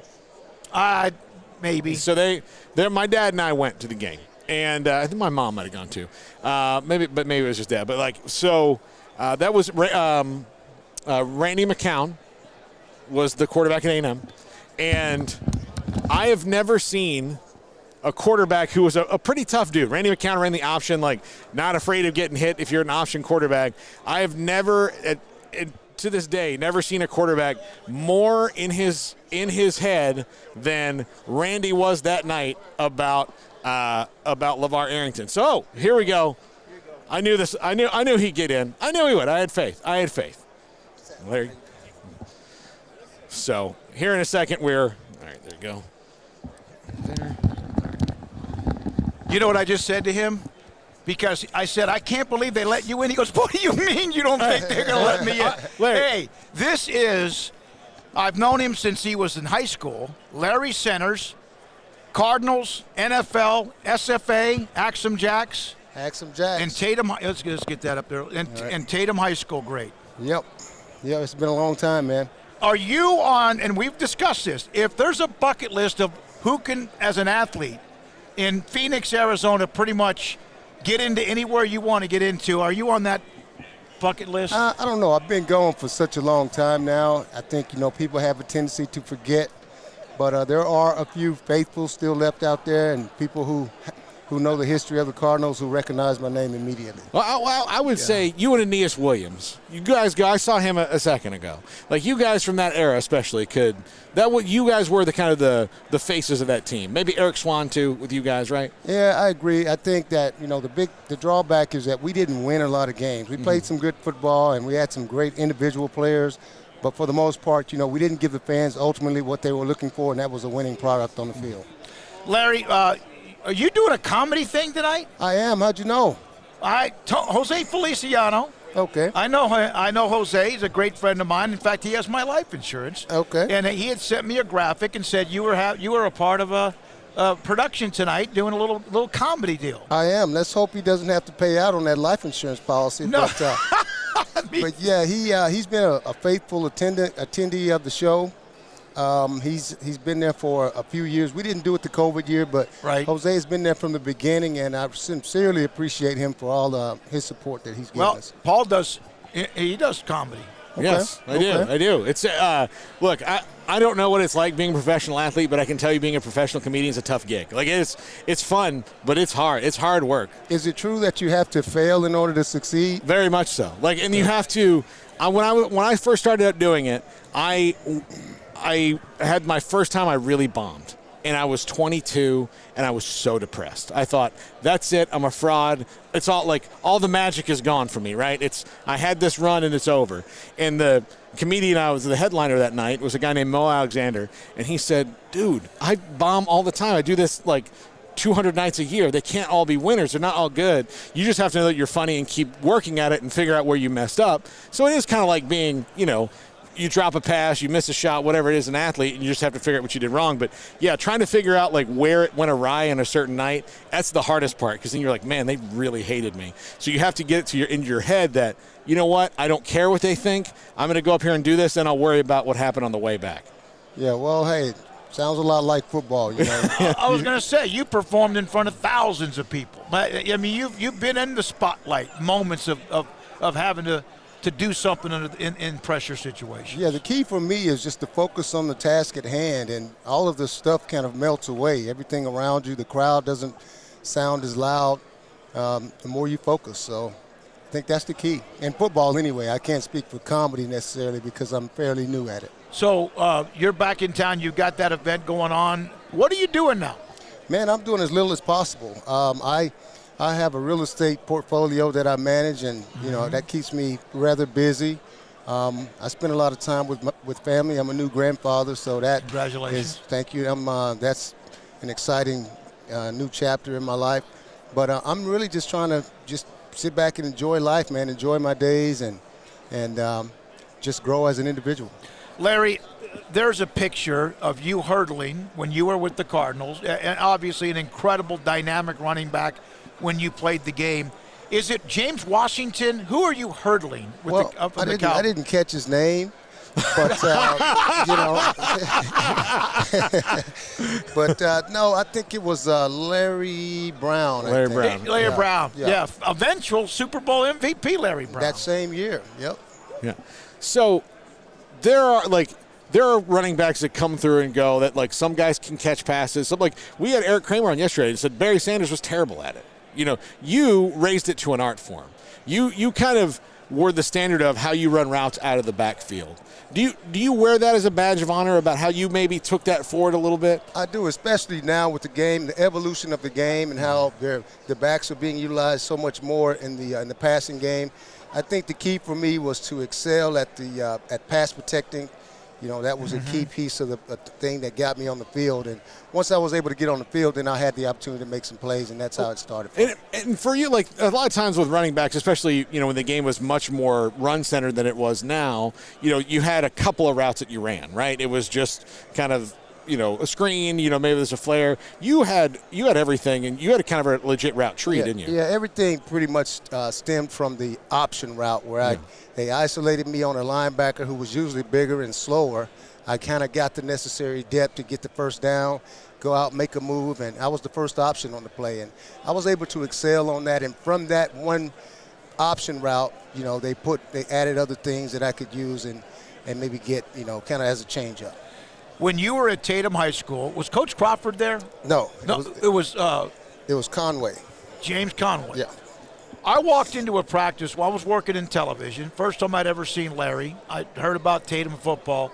That team that you had at the time, and of course Tatum's had their great runs before, Travian Smith? Travian was behind me. I was with Larry Horton. Larry Horton, who played at A&M. Yes. Played in the NFL. Yes, at the Chicago Bears. And then there was Travian Smith, and obviously some others along the way. When did you know you were good enough to play at that level? At not Tatum High School, which was high, but you had a future, a career in football. Well, I really never really knew, kind of going back to what we talked about earlier, I had some downtime and some things that didn't work out well for me. But once I got in training camp and I was able to assess the talent around me, I had a really strong feeling that I belonged and that I could make it happen at this level. So it took me getting all the way to training camp for me to really kind of gain that confidence that I needed to have a good career. 89, Stephen F. Austin, Georgia Southern, national championship. Yep. Damn it, that was close. I know, man. 3 points short. We threw 5 interceptions that game, and that was the difference in the ball game. But we were a great team, and I still keep in touch with a lot of those guys today, and they're my lifelong friends. Did you, when you come out of SFA, a smaller program, into the NFL. Even the 80s was maybe a little bit different than it is now. Did you have that chip on your shoulder that you had to prove something more, or was it intimidating? What was it like? I definitely had somewhat of a chip on my shoulder. I was a younger brother growing up, and my older brother was pretty good player at Longview High School. And so, I was always his little brother. And, just getting the opportunity, I always wanted the opportunity to prove myself and make a name for myself individually. And so I was always climbing up the hill. Now, there's no better motivator than that for me. Donnie Centers. Yep. Arkansas. Yep. He was kind of a wide open. He was a big play guy. He was a phenomenal athlete, 4'4" guy. I think he 6'8", 6'9", high jumper. Had great hands, and he was just a phenomenal athlete. He just had a hard time putting it together in Arkansas, and just didn't work out for him. One of the last times, you remember one of the last times I saw you? No. Weren't we playing golf up in Dallas? Where were we? It wasn't Dallas Country Club. It was with the guy from Henderson. He was a businessman from Henderson, and we met him it was a golf. We played. I think you might have maybe accidentally beat me that day. You were pretty good. I got the memory. I can go back a little bit. I used to live in Phoenix where I played every day. Yeah. So This was after. I was pretty good yeah, back then. I know. I would have known that. I might not have wanted to bet you that day, but we met, and it was an exclusive, high-level country club up in Dallas. We played a round of golf together. Yeah, I vaguely remember that. I remember that. I don't remember who we played with, though, but I remember meeting you for a round of golf. So you mentioned your real estate portfolio. You're doing this thing tonight, this event tonight. Your family. Did you miss the game when you got out of the game? Do you ever have that itch, or is that gone from your system? Well, to answer your question, I missed it a little bit, but I was fortunate enough to have such a long career that I was pretty much getting burned out on the game. I needed to get away from the game and kind of debrief. It's a lot of pressure for a long time. The injuries started to pile up. And so my mind was pretty cluttered with all the football stuff that I had accumulated over the years. So I needed some time to get away, and that kind of helped me distance myself toward the end. You had the record for receiving yards as a running back and yards from the scrimmage. Did anyone ever talk to you about the Pro Football Hall of Fame at least being nominated for that? I've been nominated every year that I've been eligible, and that's something I'm proud to talk about. But always a bridesmaid, never a bride, as they say. Well, this year Chuck Halley, who played in the 60s and 70s with the Cowboys, is finally getting in from the Veterans Committee. So there's going to be, you never know. Well, as the game continues to evolve toward the running backs being more an integral part of the passing game, I think that I'll eventually get more consideration. And, the people who vote, they need to watch more film. Yeah. That would be my advice. And I'm super proud of what I was able to accomplish with the opportunities that I was given. And as you know, you don't control the amount of opportunities that you get. What would you do in today's game? Man, I would be phenomenal in today's game. I think I would be illegal. They would probably have to change some of the rules. They would tiger-proof the game, huh? They would have to, man, because now Larry Centers proof. The defensive players are very limited in how they can approach the offensive guy. So it's so much easier to run over a guy and kind of misuse him. They have to wait and see what you're going to do before they launch. And, I was a guy who liked to attack the defender. Yeah, you were physical. Well, you could outrun somebody if you needed to, run around him, but you could run over him too. Especially with the way, though, like if you just look at the 49ers, the way that they use Deebo Samuel and Christian McCaffrey and, switch them and where they line up, like you lining up all over the field, I would think it would have been a field day for you. Yeah, that would have been the system that I would have really liked to be in. The 49ers, where they move the guys around, they allow them to do different things, and that creates matchup problems. And I like to think that even during the time that I played, that I was a matchup nightmare for a lot of defensive coordinators. Well, look, the picture we talked about against the Cowboys, as good as those teams were, they didn't really have a Larry Centers answer. You were a matchup nightmare for those guys in the system they played, and they were the dynasty of the time. I remember growing up as a Cowboys fan watching it. I knew that if they're playing the Cardinals, I'm like, Larry Centers probably gonna have a good day. They just he kind of has their number.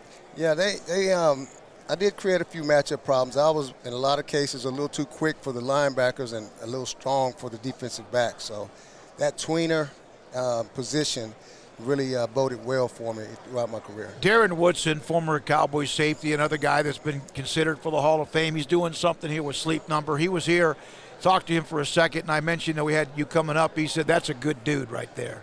And he was one of the best when you played the game, wasn't he? Absolutely. I have nothing but respect for him, probably as much as a man as I do as a player. Yeah. But he was an awesome football player. Has everything been good for you since you quit football, since you retired from football? Everything, not everything. Everything is never all good. It's good, but it can always be better. But I've had some good times. Things have gone well for me for the most part. And I'm as happy as I've probably ever been right now. What would you suggest to a young player who's in the league, making the money they're making? I know there's always the pressure of that, saving it, keeping it, making sure that when they're done, they can then do what you're doing right now, which is relax a little bit and just kind of take care of everything on cruise control. The hardest part, Smokey, man, is being very, try not to help everybody. You can't help everybody because you end up spreading yourself too thin. And then when and if the situation arises that you need help, then very few of those people can help you. So that would be my advice. Kind of keep a lot of things close to the vest. Take care of the people that, that help you get to where you are. But, don't be too philanthropic. To the point of your own destruction. Did you have those who thought you should help them, then all of a sudden? There's not many players that I know that I played with who didn't have people that. Hangers-on. People that, thought that maybe you had enough to help them and and finance their dreams and things like that. But, when it comes down to it, you have your own situation that you got to take care of, and especially you have to consider the long-term effects of doing too much for other people. So are you going to go up tonight? Are you going to do material tonight? Or are you going to get yes. up and you are? Okay. Yes. Okay. So how long do you get ready for when you do these things? I toss the ideas around in my head for some weeks. Okay. But how often do you get to go up on stage? We only do it once a year. You only do it once a year. Yeah, at the Super Bowl. Okay. So you have plenty of time to prepare. Absolutely. Yes. You don't run around like you should do a couple open mics. Just run in, pop in an open mic. I'm not ready for open mic yet. I'm not. I'll tell you.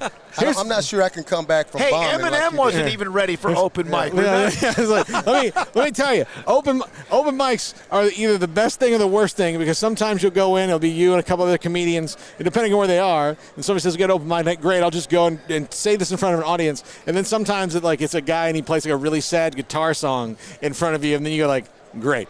Yeah. Thanks, buddy. I got to go up here and tell jokes. But I'm curious as to how you do it. It takes, there's some discipline. There's some stuff I know you got to go through. And it's this, my thing is this only funny to me. Like, I may be the only person in the world who thinks this is funny. That is my biggest fear. Yeah.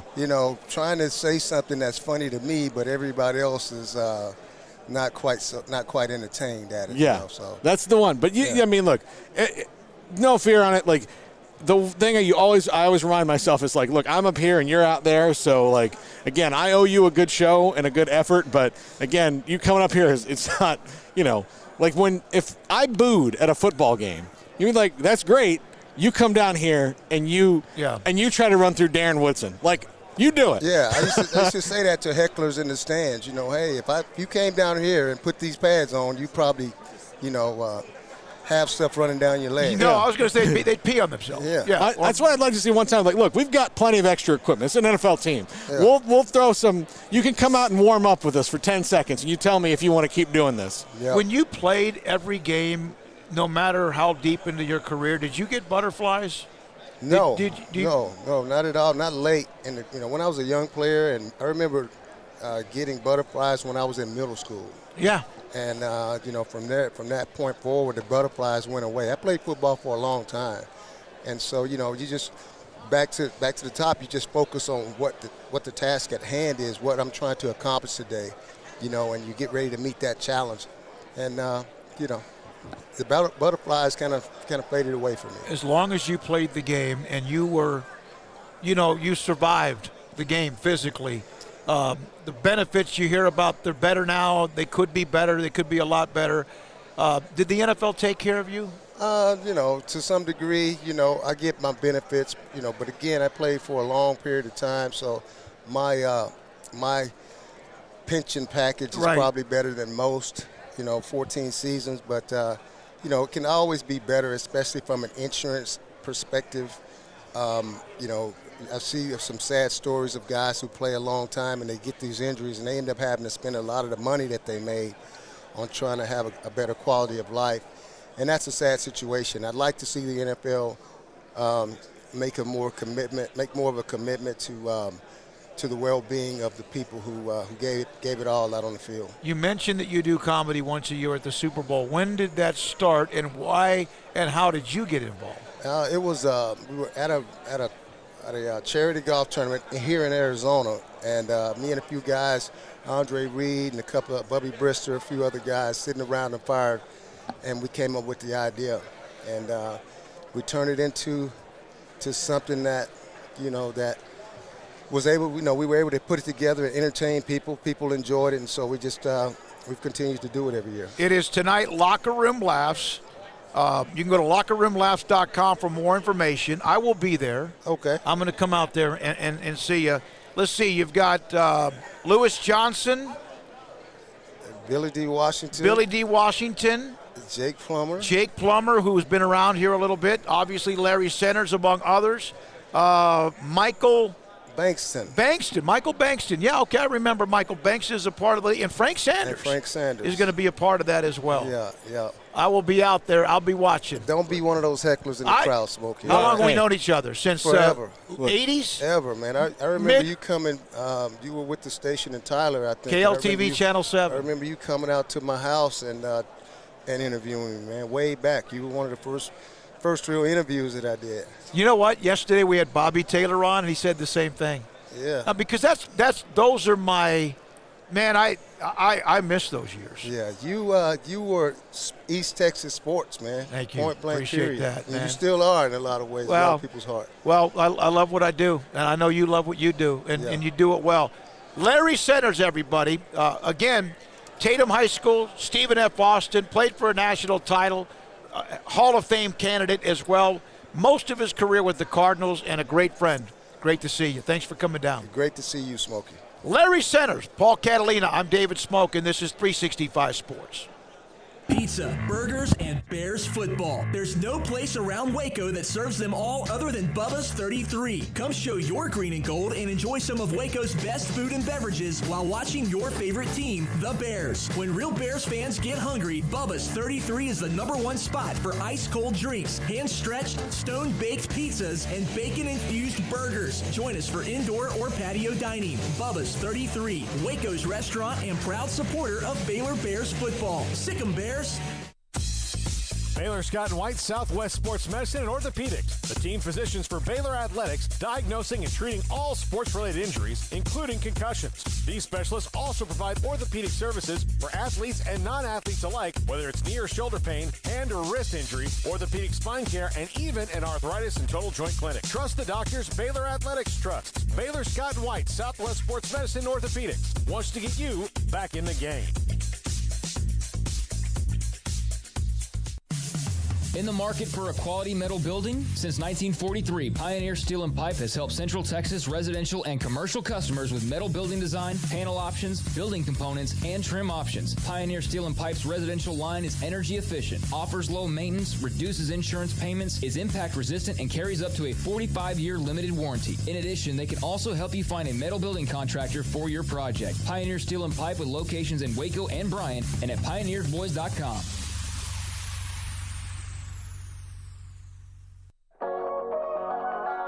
What are you waiting for? Next year's New Year's resolution to lose weight, get fit, start working out? 3, 2, 1, go to Waco Regional Tennis and Fitness. If you really want to get in shape, get rid of weight or inches, you have to make a commitment to work out, and the excuses of not enough time, you're too tired or too busy. There's a special place that will change your life at Waco Regional Tennis and Fitness on Lakeshore Drive in Waco, and they have a commitment to you too. With personal trainers Christy London, Randall Corley, and Alex Bosch, State-of-the-art Cybex equipment, new weights and spin bikes, clean and spacious locker rooms, each with a whirlpool and sauna, and a staff that will know your name when you walk through the front door. Elite tennis facilities and a great tennis pro in Britt Coleman. Waco Regional Tennis and Fitness is a place you can call home, a place you can work out on your own or with 40-plus group exercise classes. It's time for you to get in shape, lose inches, get fit at Waco Regional Tennis and Fitness on Lake Shore Drive in Waco.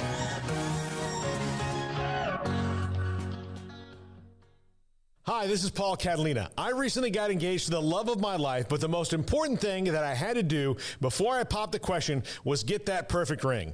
And I know nothing about rings. So I went to the wedding ring store, Boozer's Jewelers on Valley Mills Drive. I knew I needed a custom design, and that's exactly what they do. 9 out of 10 of their engagement rings are designed in-house. The entire process took less than a month, and they were great every step of the way. Great options on financing, excellent selection, and talented designers. My fiance and I get nonstop compliments on the ring. I only deserve credit for doing the smartest thing I could, walking into Boozer's and letting them work their magic. Your one-of-a-kind fiance deserves a one-of-a-kind ring, and that's what you get at Boozer's. Boozer's Jewelers, the wedding ring store on Valley Mills Drive. This is 365 Sports. Are you a Sikkim 365 super fan? Then try out our premium subscriptions at Sikkim365.com.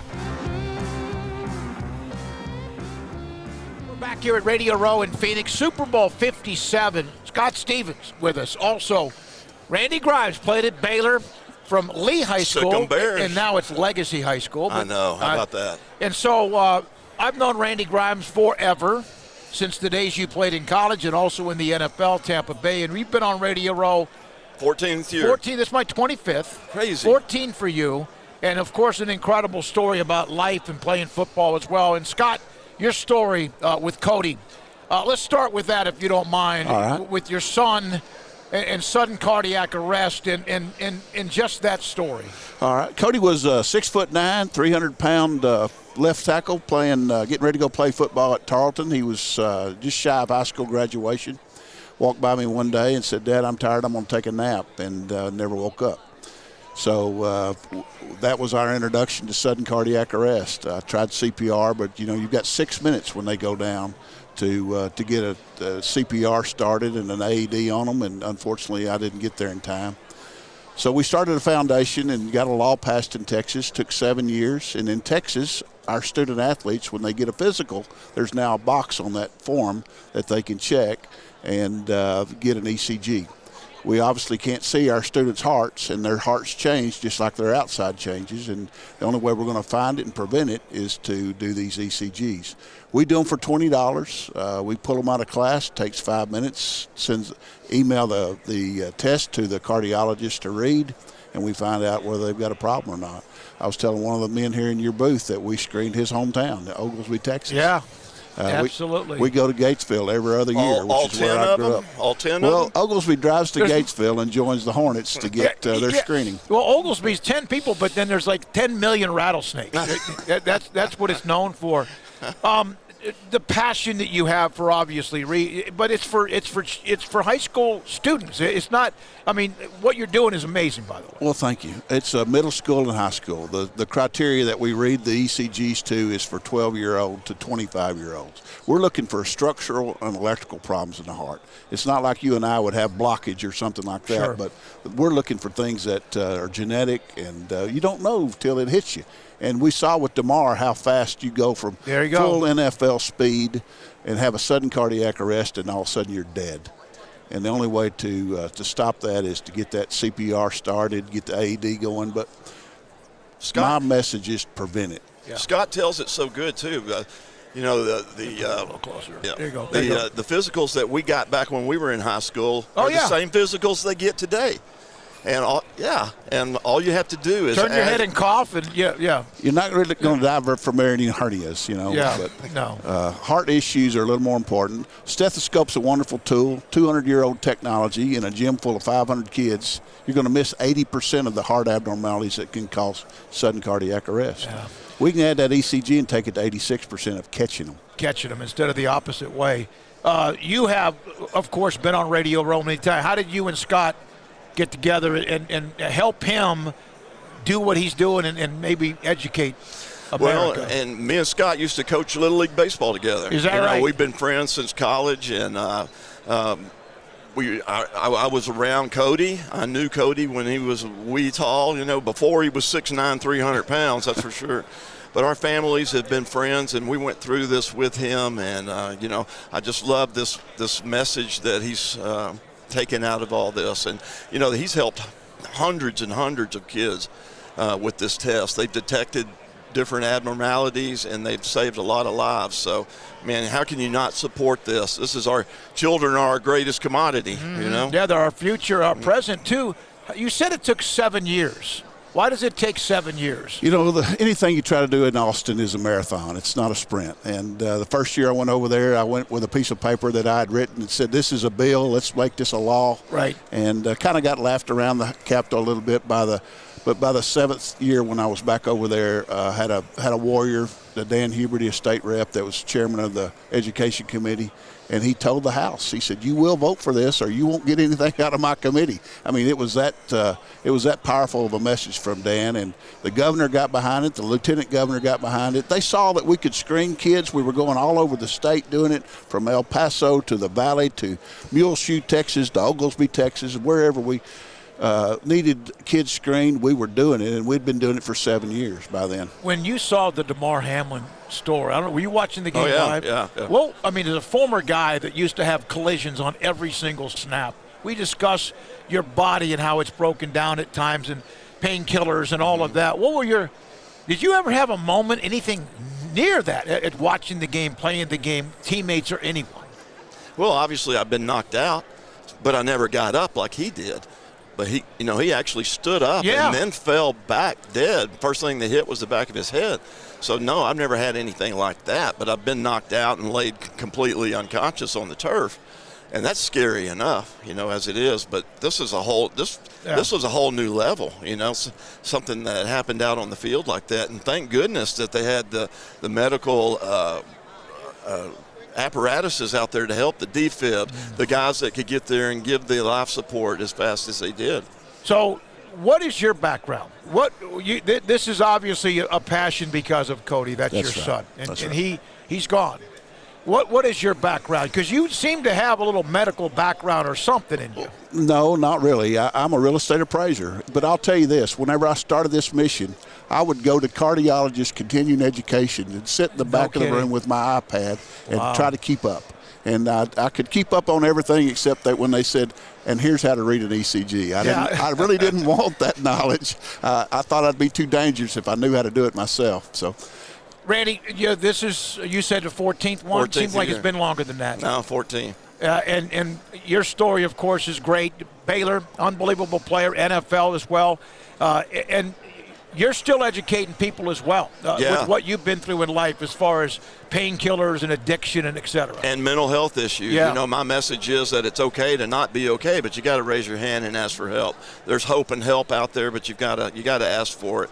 And, I encourage parents to have that uncomfortable conversation with their kids, to educate their kids. There's so much stigma surrounding substance abuse and mental health issues that it keeps people from raising their hand and asking for help. So that's my message. And here lately, the last 5, 6, 7 years, there's been more celebrities, more athletes that are coming out and talking openly about their mental health issues and substance abuse. Yeah, we had Eric Kramer, former Lions quarterback. I don't know if you know his story, but his son died, overdosed heroin, and he tried to kill himself because of all the other things going on in his life. Incredible story. Baylor Bears. Sick 'em. The 2010 team broke a drought of like 16 or 17 years of no bowl games. And we know the story of Art Briles. They won 2 Big 12 titles. He's fired, the scandal. Then they built it again with Matt Rule. And then they built it again with Dave Aranda. Last year a little bit down. Did not work out for them. But your alma mater, how excited you are for what you've seen. Yeah, and I expect them to have a big year. They had a great recruiting class. I expect them to have a big year this year. How about TCU? Where'd they come from, huh? Yeah. What's up with that? But anyway, Baylor's doing really well, and I'm looking forward to the year.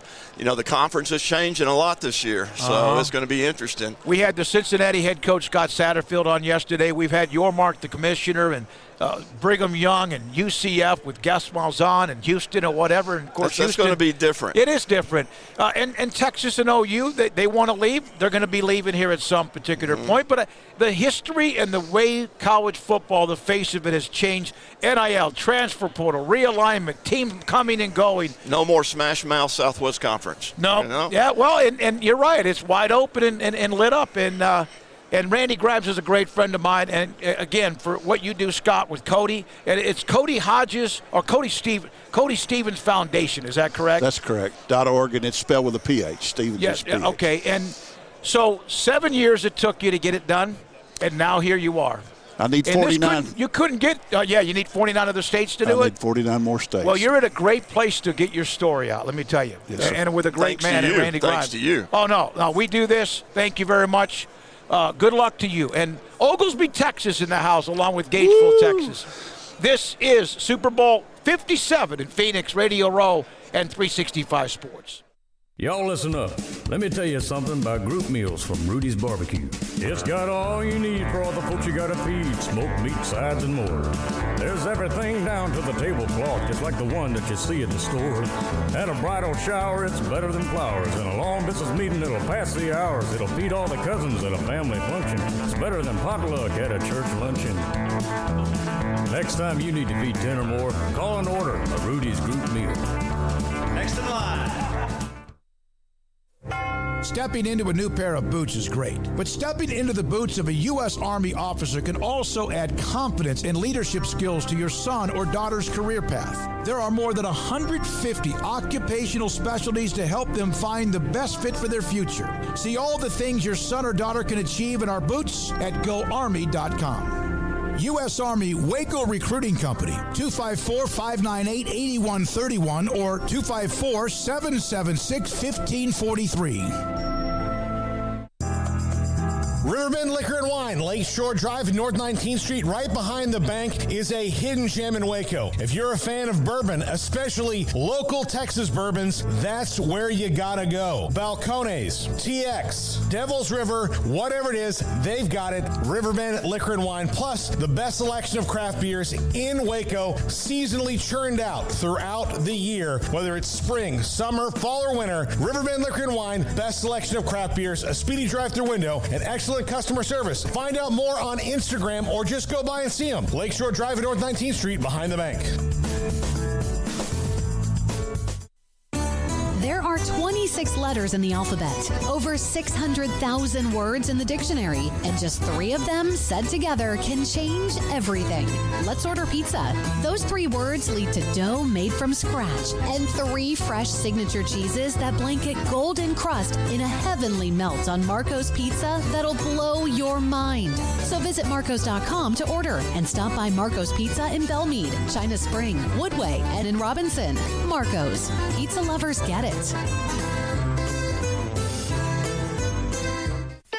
Don Humidor, your home with a 48-foot walk-in humidor with the elite cigar brands from around the world, including the #1 cigar of the year, Aging Room Cuatro Nicaragua. Plus, they have the great brands like Macanudo and Artur Fuente, Rocky Patel, Aston, and so much more. CBD, great for sore muscles, aches and pains, sleep, Vita Dreams, and anxiety, mild depression, general health and wellness. Their staff very knowledgeable on the subject. If anyone is curious about CBD, ask Carol and Ashley. Don Humidor in the Townwest Shopping Center off Valley Mills in Waco. With so many companies and policies out there, it gets so confusing shopping for insurance, and I never know if I'm getting the policy that's right for me. Luckily, I met the team at the Niche Group Insurance Agency. With the Niche Group, you can go to one company and get access to coverage options from many insurance carriers, and you get to speak to a real person about your specific coverage needs. With the Niche Group, I know I'm getting the right coverage at the right price. If you need insurance, talk to the experts at the Niche Group at 1-800-258-8302. This is 365 Sports, powered by Sikkim365.com. Enjoying the show? Hit the like button and subscribe. After the Larry Centers interview, and you just heard from Randy Grimes and also the story, Mr. Stevens and his son who went to bed, took a nap, gone. A sudden cardiac arrest. And, of course, the DeMar Hamlin story kind of is brought up. And now how when you take when I was a kid, you took a physical, they basically wait. They checked you for a hernia, turn your head and cough. There's some stories out here, and part of the fact that, yes, there's a game Sunday, and sometimes when you're here on Radio Row, there's a game Sunday, and you don't really get that when you're in this environment until perhaps the weekend. I can tell you, after sitting here and listening to them, I thought back to my high school physicals in the 90s, and you spent more time, waiting in line than you would, if you really broke it down, than doing medical stuff. They just kind of ran you room to room. And it was kind of a weird thing. I would rather just make me go to my doctor and get a physical from him that that my family's paying for and all that, and do that, because I thought, what do you know about me right now? Yeah. I don't know. And so that I'm glad that they're out there doing that, because again, you never know, man. My best friend growing up, Billy, was he's an engineer now. He went to Merchant Marine Academy, played football and ran track there. But he did all that, played football, one of the best athletes in our high school, with a tiny little hole in his heart. Yep. And he had a heart murmur, and they thought, it's just this is standard. Some people have these things. There's nothing to do about it. And then one day he was working for NASA. He was not a rocket scientist. He was the guy who was the engineer of the ship that goes out and gets the stuff that falls off the shuttle and brings it back. And so they were going out to do that. He had a cardiac event, passed out, hit his head, had amnesia, everything. He was lucky to be alive. NASA didn't even pick it up. And wow, NASA didn't even pick it up. So you have to be thorough. There are things. I think it pays to be thorough. And then NASA after that, honestly, changed their policy, because they're we've got to. Well, we're NASA. What did he say initially? 80% of high school athletes, you could miss 80% of them. Now you get and you catch 86% of them. Yeah. Imagine that it's a complete opposite of where it was. Sarah the Double Bear, by the way, earlier in the chat when we were Larry Centers, and then we were talking about the candles. And by the way, since that time, LeVar Arrington dropped by to say hi. Penn State, great. Played with the Redskins. And Garrett, are you on? Washington, they had LeVar Arrington, Champ Bailey, Larry Centers, obviously, and there was another, and they screwed it up. It's typical, man. It's that was the start of the decline with Snyder and them not ever getting anything right. And LeVar Arrington was hands down one of my favorite players ever for Washington, along with Taylor, unfortunately, with them passing away. But, it was great to see him, why did you have to ruin my day by bringing that up? I know. It ruins my day, too. I was cleaning out some stuff the other day, and I have an old, the Sean Taylor towel. I got it online because You have to start, there are some guys you can't pay. You just have to make that decision. Right. But, okay, DeMarcus Ware, I think, is going to be here in a minute over at Sleep Number. Or maybe he's on virtual. I don't know. But I saw his name. The Cowboys eventually had to make that decision and not to pay him anymore. Sure. But they didn't do it while he was still valuable to them. The decisions that the Snyders, Dan Snyder, started to make about, I don't want to pay Champ Bailey. Well, dude, you've got a guy who's top 3 at the position in the league right now. That's a guy you pay. You keep him. Yeah. You make sure he's always there. And it wasn't when, and they both, I think the other reason I thought of DeMarcus was they both went to Denver, and they both won in Denver, right? So Champ Bailey goes to Denver, and they win when he's in Denver. And wins twice. Yeah. So right? Is that right? No. Yeah, that was an after. But I think he was on the one with the DeMarcus Ware and all that. Yeah. So Champ Bailey, wasn't going to Denver at that point in his career to win one and hang him up, right? He was there, he was still in the prime of his career. You traded him because you didn't want to pay him fair market value. It would have been his first contract up. Yeah. So that's silly. That's the guy you keep. 99 to 2003, and then Denver for 9. He did not win a Super Bowl in Denver. Yeah. I don't think he did. I think he was in between. He did everything else. Yeah. Wow. And that's just cool. And when Larry Centers was standing there, LeVar Arrington walked up. They wanted to trade some. I'll hit you up on Facebook, whatever, how everyone communicates. And LeVar goes, we got to go. You're the GOAT. You know, again, when Larry Centers is not a Hall of Famer. He's in that discussion. May never get in, and Larry turned to me when LeVar walked away. That's LeVar Arrington, who was in college football, as dynamic a linebacker early on in pro, and said that is what the crowd noise that you lose when you stop playing, when those who played with you or against you say that to you. That's what is now the adrenaline rush. Yeah. The respect level. Yeah, I still I hope Larry Centers, I hope they finally put him in. He seems to me like he'll be a Veterans Committee guy. No, I think that seems to make sense for him, because again, there's going to be two. Like the Veterans Committee is kind of, I'm not saying they're better, but they can kind of remove the weeds from the discussion, right? They're the ones they can make up for a mistake. Well, yeah, and they can also they don't have to be the colander of, a log jam at a position. Larry Centers might be suffering as much of anything other than he's got unique stats compared to his position that normally don't apply. So he's going to sit here, and then you've got, other people who have to get in. Like we've got a log jam of wide receivers and all that. So and there was at one point a log jam of wide receivers, no question about it. And that's why you had so many of them have to take their time before they got in, and sometimes because of agendas, sometimes because writers were just certain guys they didn't like as much. That's why it took Art Monk forever, and there was always the argument that maybe Gary Clark was even better, and he's probably maybe one of those down the road that could be a Veterans Committee. Biscuits and Gravy, I just ordered my season tickets at McLean Stadium, 8 home games, the first of the season. First 4 will be hot as hell, but I'll be there. Good for you, Biscuits and Gravy. And we lost, thank you very much for the comments on the Larry Centers interview that we've been trying to get him, and all of a sudden he just walked up. It was great. The conversation, Biscuits and Gravy's been in and out with us. She was day one, and then some of the changes we've made with programming, and she's back, and the very first thing she heard was you talking about silk underwear and condoms. Well, I mean, look. And so I think we lost her again, and then the candles may have brought her back. I'm not so sure. I just had to tell that story. I mean, I think it was pretty funny. Yeah. I've never, indigestion doesn't even begin to start it on worrying about that, especially the 3 hours that we were still there. Show memo, Ronnie Lott, Darren, and Rod Woodson. No, Darren Woodson could not play in today's game with all the rules protecting receivers and quarterbacks, and that might be true. I don't think there's any question about that. We're live in Phoenix, Super Bowl 57 coming up Sunday evening. The Eagles and the Chiefs, and this is my 25th radio row, and Lee Steinberg, the man, joins us here on 365 Sports. I've seen you here many times. You were a part of the Earl Campbell event at times as well. How you been, man? How many? This has been a bunch for you, right? The radio row. Forever. Probably from when it started. From when it started, and of course it went from 8 to 10, 12 stations to now you might have 75 or 100.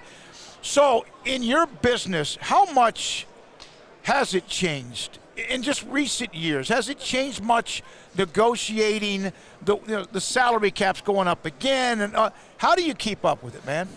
Well, first of all, in the midst of a cratered pandemic-type economy, CBS and Fox raised their offer on television rights for the NFL by 83%. So they virtually doubled their TV rights. That means that the cap goes up, everything changes, salaries go up. It's like a bonanza for everything involved in the sport.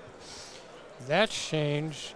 You now have social media in a dramatic way where the currency of endorsements and everything else becomes how many followers do you have on Snapchat, how many followers do you have on LinkedIn or TikTok or Instagram. And so the whole way of communicating and how information flows is different. And pro football just becomes more and more and more dominant and popular. Last year, 81 of the top 100 Nielsen-rated shows were nighttime NFL football. I mean, not only the most popular sport, the most popular form of entertainment. It's almost not invincible.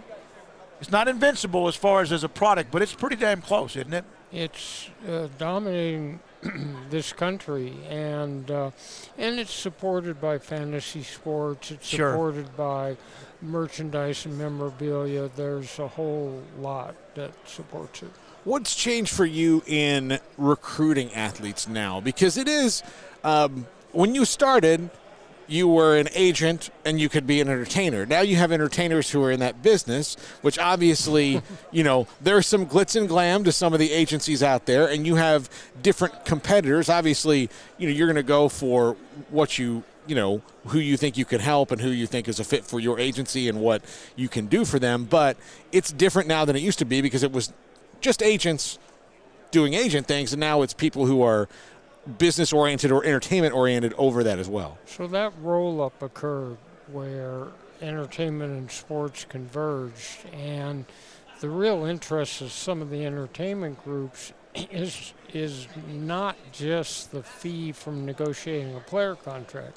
It's doing content. It's doing sports-themed motion pictures and television and video games and websites and being part of the ownership of everything. The other thing that's changed really dramatically is NIL. Because all of a sudden, in the old days, meaning 2 years ago, in the old days, we would not meet a football player until his junior year, right? And now a 16 or 17-year-old is doing NILs and being approached by agents. And if you don't talk to the next great quarterback when he's a senior or junior in high school, and a marketing agent does that also represents players, you may never get a chance to talk to him. So you have people like the quarterback at Alabama, Bryce Young, had $1 million in marketing deals before he ever played a down of football. So that alters everything. Have you had any discussions, or you have any examples, or have you heard stories about college players saying no to entering the NFL because they can make the kind of money they're now making in college? No, and I'm not sure that will happen. It's an interesting concept, but the players at the top of the NFL draft get $20 million signing bonus. Yeah. Pretty hard to do that type of marketing. But I have heard that alums at different schools have joined together in collectives, so that especially in the Power 5 conferences, you have, your Alabamas and SCs and Ohio States can offer a player in recruiting extraordinary amount of money to come to their school. Inducements, basically. Right, and it's legal. Yep. And so what's going to happen is the distance between those colleges that have this massive alum base of dedicated alums and the smaller schools is just going to get more delineated and distant.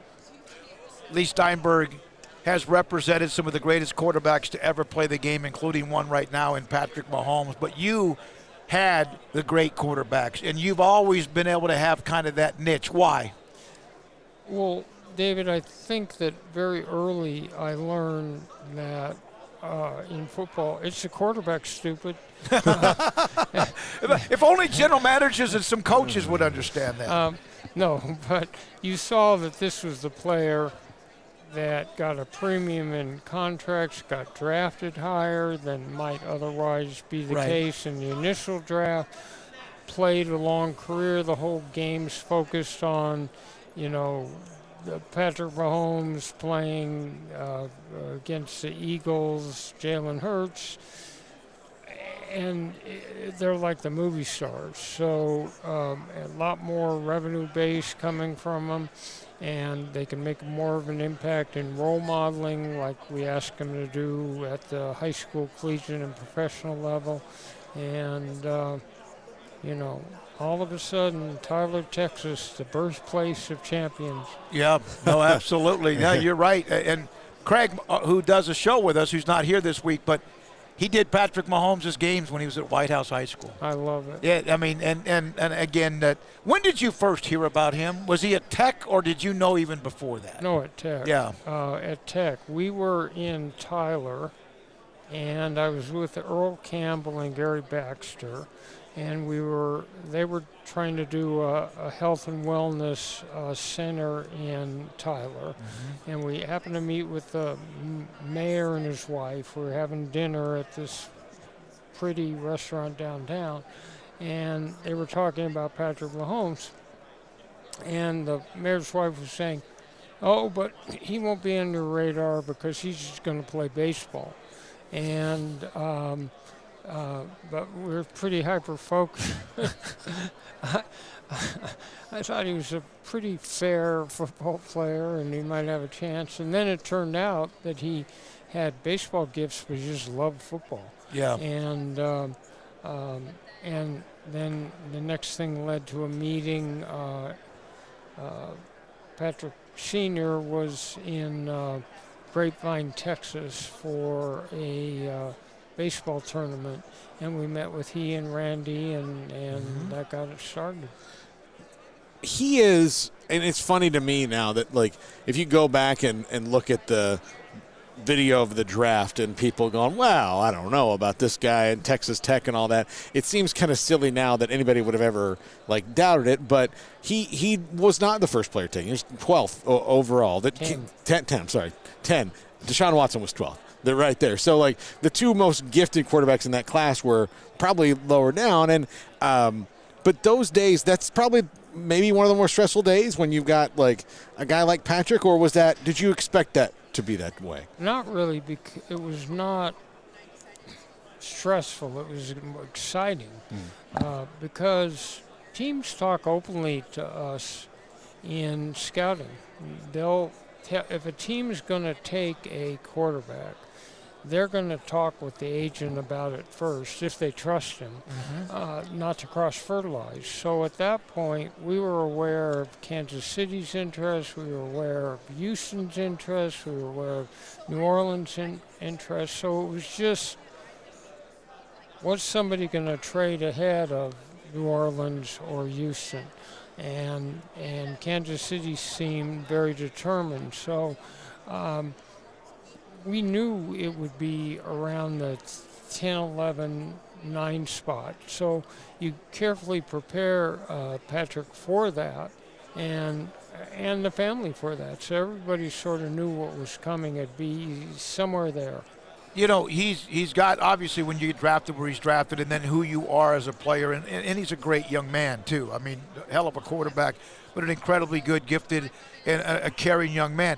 He's got like a percentage of a franchise. And is that stuff that also became part of what you helped him do, other than just making sure his first NFL contract was set? Oh, absolutely. Our agency, Chris Cabot handled the marketing, and part of the new mode for athletes is the concept of entrepreneurship, that they can be tomorrow's owners of businesses, that they can be businessmen, and that's an aspiration. Ultimately, I have a few players who own parts of NFL teams. So you're looking for all of that. And then you got a really bright young man who's got his own goals. He's so full of personality, and I know that, like, some guys you have to coach it out of them. They're going to be good later on at that, but he was instantly affable, personable. He's extremely normal for someone who is so big time. So is he one of the easier guys you've ever had? Like, when people, I'm sure, are knocking on your door to get him involved with you, but as far as just dealing with everyday stuff, I would think that Patrick is probably the easiest athlete you can possibly imagine to deal with. He is easy because he's so bright and the opposite of self-centered. And so having someone who's that bright is helpful for everything. You know, one of my favorite moments of his this year was Henry Winkler, the Fonz, great actor. I had no idea he was a lifelong Kansas City Chiefs fanatic, but they had that really sweet moment, and it was so real and genuine. Like, I think it should endear people to Patrick even more that, they had this really nice moment, and they're like, I'd love to be a fly on the wall when they have dinner. That'd be great just to hear them talking. I met Henry up in a suite during the game. It was sort of fun if you're old enough to remember Happy Days. Oh, I am. I am. That's my wheelhouse, I think, back when I was in high school. So was there a first player that that turned you into more than just another agent? Well, I think the very first player I had was Steve Bartkowski, and he signed Atlanta Falcons, yeah. He was the first pick overall in the draft back in 1975, and he signed the biggest contract ever for a rookie. And then I think the charitable and community focus that we took, asking athletes to set up a high school scholarship fund, collegiate give back, and then a charitable foundation with the leading political figures, business leaders, and community leaders to establish a foundation. I think that was a demarcation point. Then in the 80s, I had 1 year where Steve Young signed the biggest contract in sports history, and Warren Moon signed the biggest contract in NFL history. Yeah. So that was a jumping off point. And you have, it's not everything has been smooth for you. There are ups and downs in life. We've had players on that have been through things, lost everything, and then come back and whatever. You gut it out. I mean, you're a tough son of a you-know-what, aren't you? I mean, you really are, Lee. It's a great story. Well, I struggled with alcohol, and next month, if everything goes well, knock on wood, I'll be 13 years continuously sober. But I struggled with it, and I found a path back. Is it because of the pressures that you dealt with? Or no, it was what happened. You don't mind me asking? No, it's fine, because I would like to be of help to other people still struggling. My two boys were diagnosed with something called retinitis pigmentosa, which is an eye disease that starts out with night blindness and ends up blind. So they're both blind, and my father then died of cancer, from esophageal cancer, and we lost a home in a beachside city to mold. I remember that. And I felt powerless to protect everyone close to me, and I turned to the wrong thing. I turned to alcohol. It's incredible, though, and that you can tell the story. We've had a lot of those stories of comebacks. Eric Kramer's come back from some of the personal things he dealt with. Somebody asked me a question as far as let's see, how many players do you have in this draft?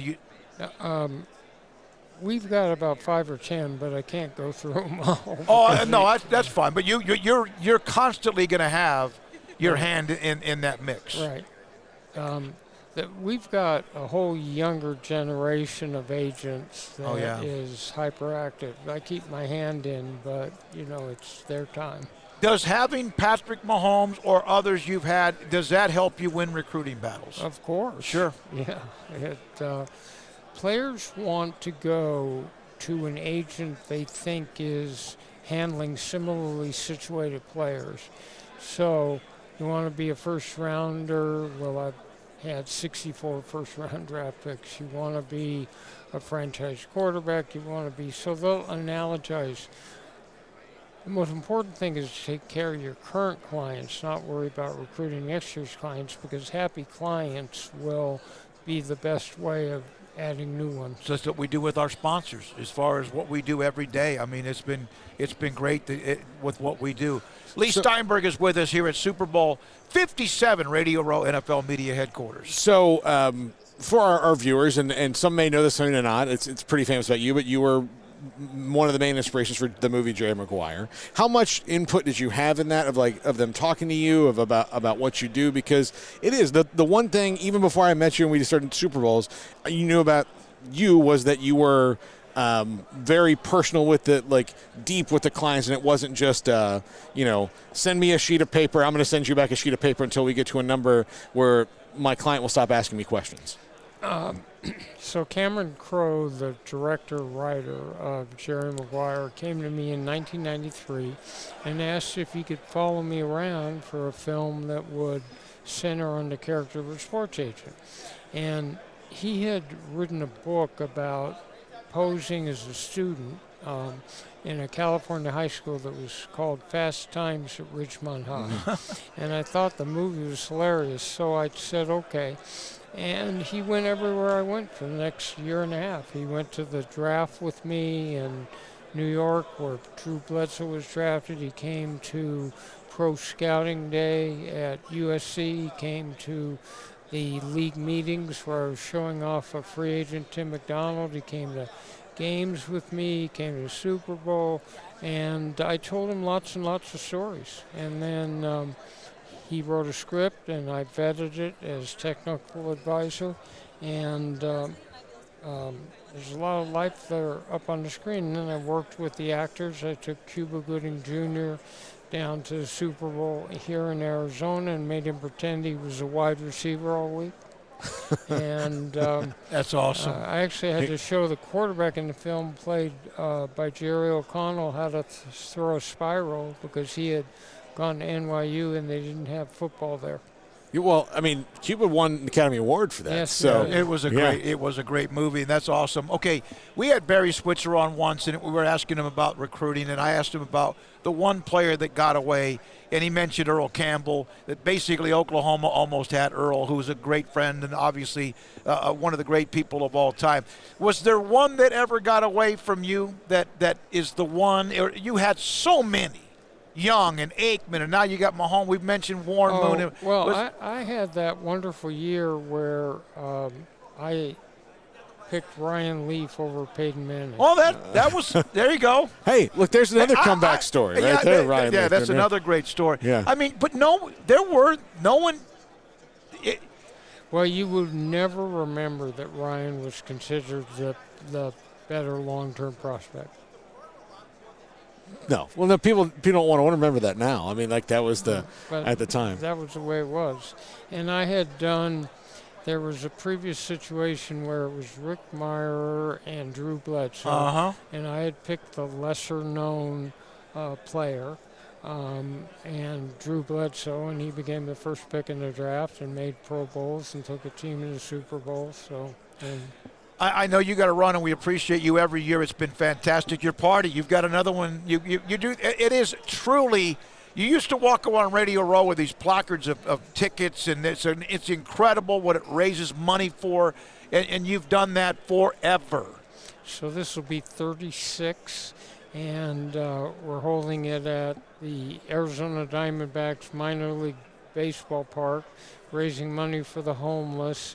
We're going to have a brain health summit that talks about concussion and how we can cure it. We've got some other modalities. We're giving humanitarian awards to a Dave Ziegler, the general manager of the Raiders, and to Bruce Smith and a variety of other people, and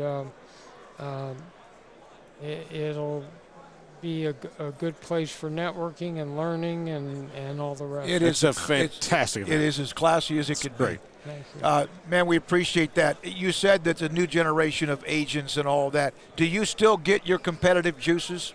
Absolutely. Yeah, yeah. You got a feeling you'll have that all the way. Yeah. Absolutely. I don't think I'm going to sit home and garden anytime soon. Hey, man, great to see you. Appreciate everything you've done. Great to have you. Lee Steinberg, the agent, with us. We're at Radio Row Super Bowl 57 in Phoenix, and this is 365 Sports. Y'all listen up. Let me tell you something about group meals from Rudy's Barbecue. It's got all you need for all the folks you gotta feed. Smoked meat, sides, and more. There's everything down to the tablecloth, just like the one that you see at the store. At a bridal shower, it's better than flowers. In a long distance meeting, it'll pass the hours. It'll feed all the cousins at a family function. It's better than potluck at a church luncheon. Next time you need to feed 10 or more, call and order a Rudy's group meal. Next in line. Stepping into a new pair of boots is great, but stepping into the boots of a U.S. Army officer can also add confidence and leadership skills to your son or daughter's career path. There are more than 150 occupational specialties to help them find the best fit for their future. See all the things your son or daughter can achieve in our boots at GoArmy.com. U.S. Army Waco Recruiting Company, 254-598-8131 or 254-776-1543.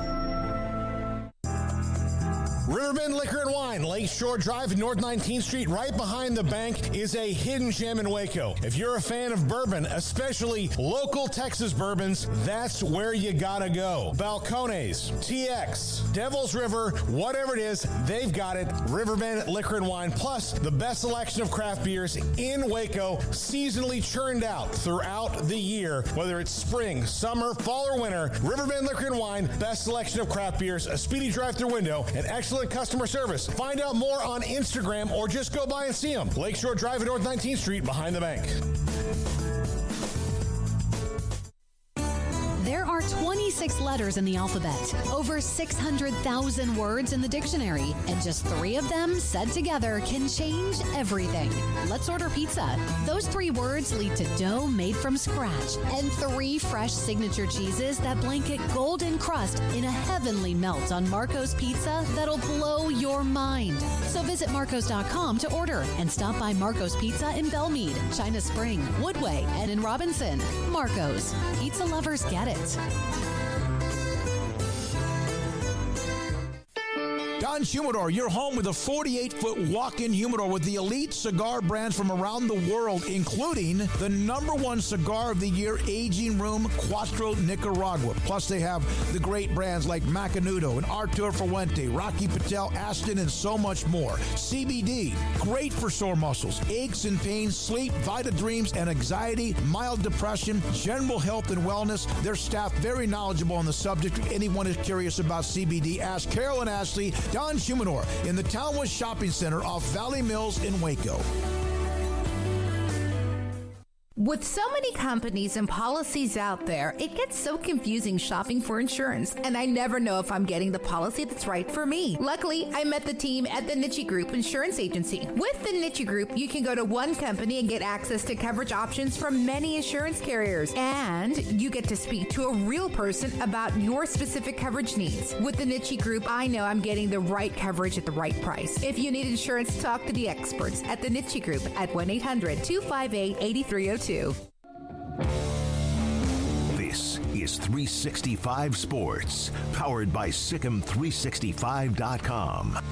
Enjoying the show? Hit the like button and subscribe.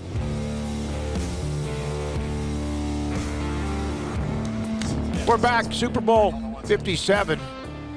Guy walking by with an Eagles t-shirt on. Eagles and Chiefs coming up Sunday evening. That was Lee Steinberg. And some of the stories that he was able to tell. Imagine, even though Ryan Leaf, and what a story that's become, and he's here, and we've had him on the show many times, he's a college football analyst, that even though it was Ryan Leaf, Peyton Manning 1-2, you didn't know. Ryan Leaf, as somebody reminded me on the chat room, he still got an $11 million signing bonus. Yeah. And all of that, of course, gone.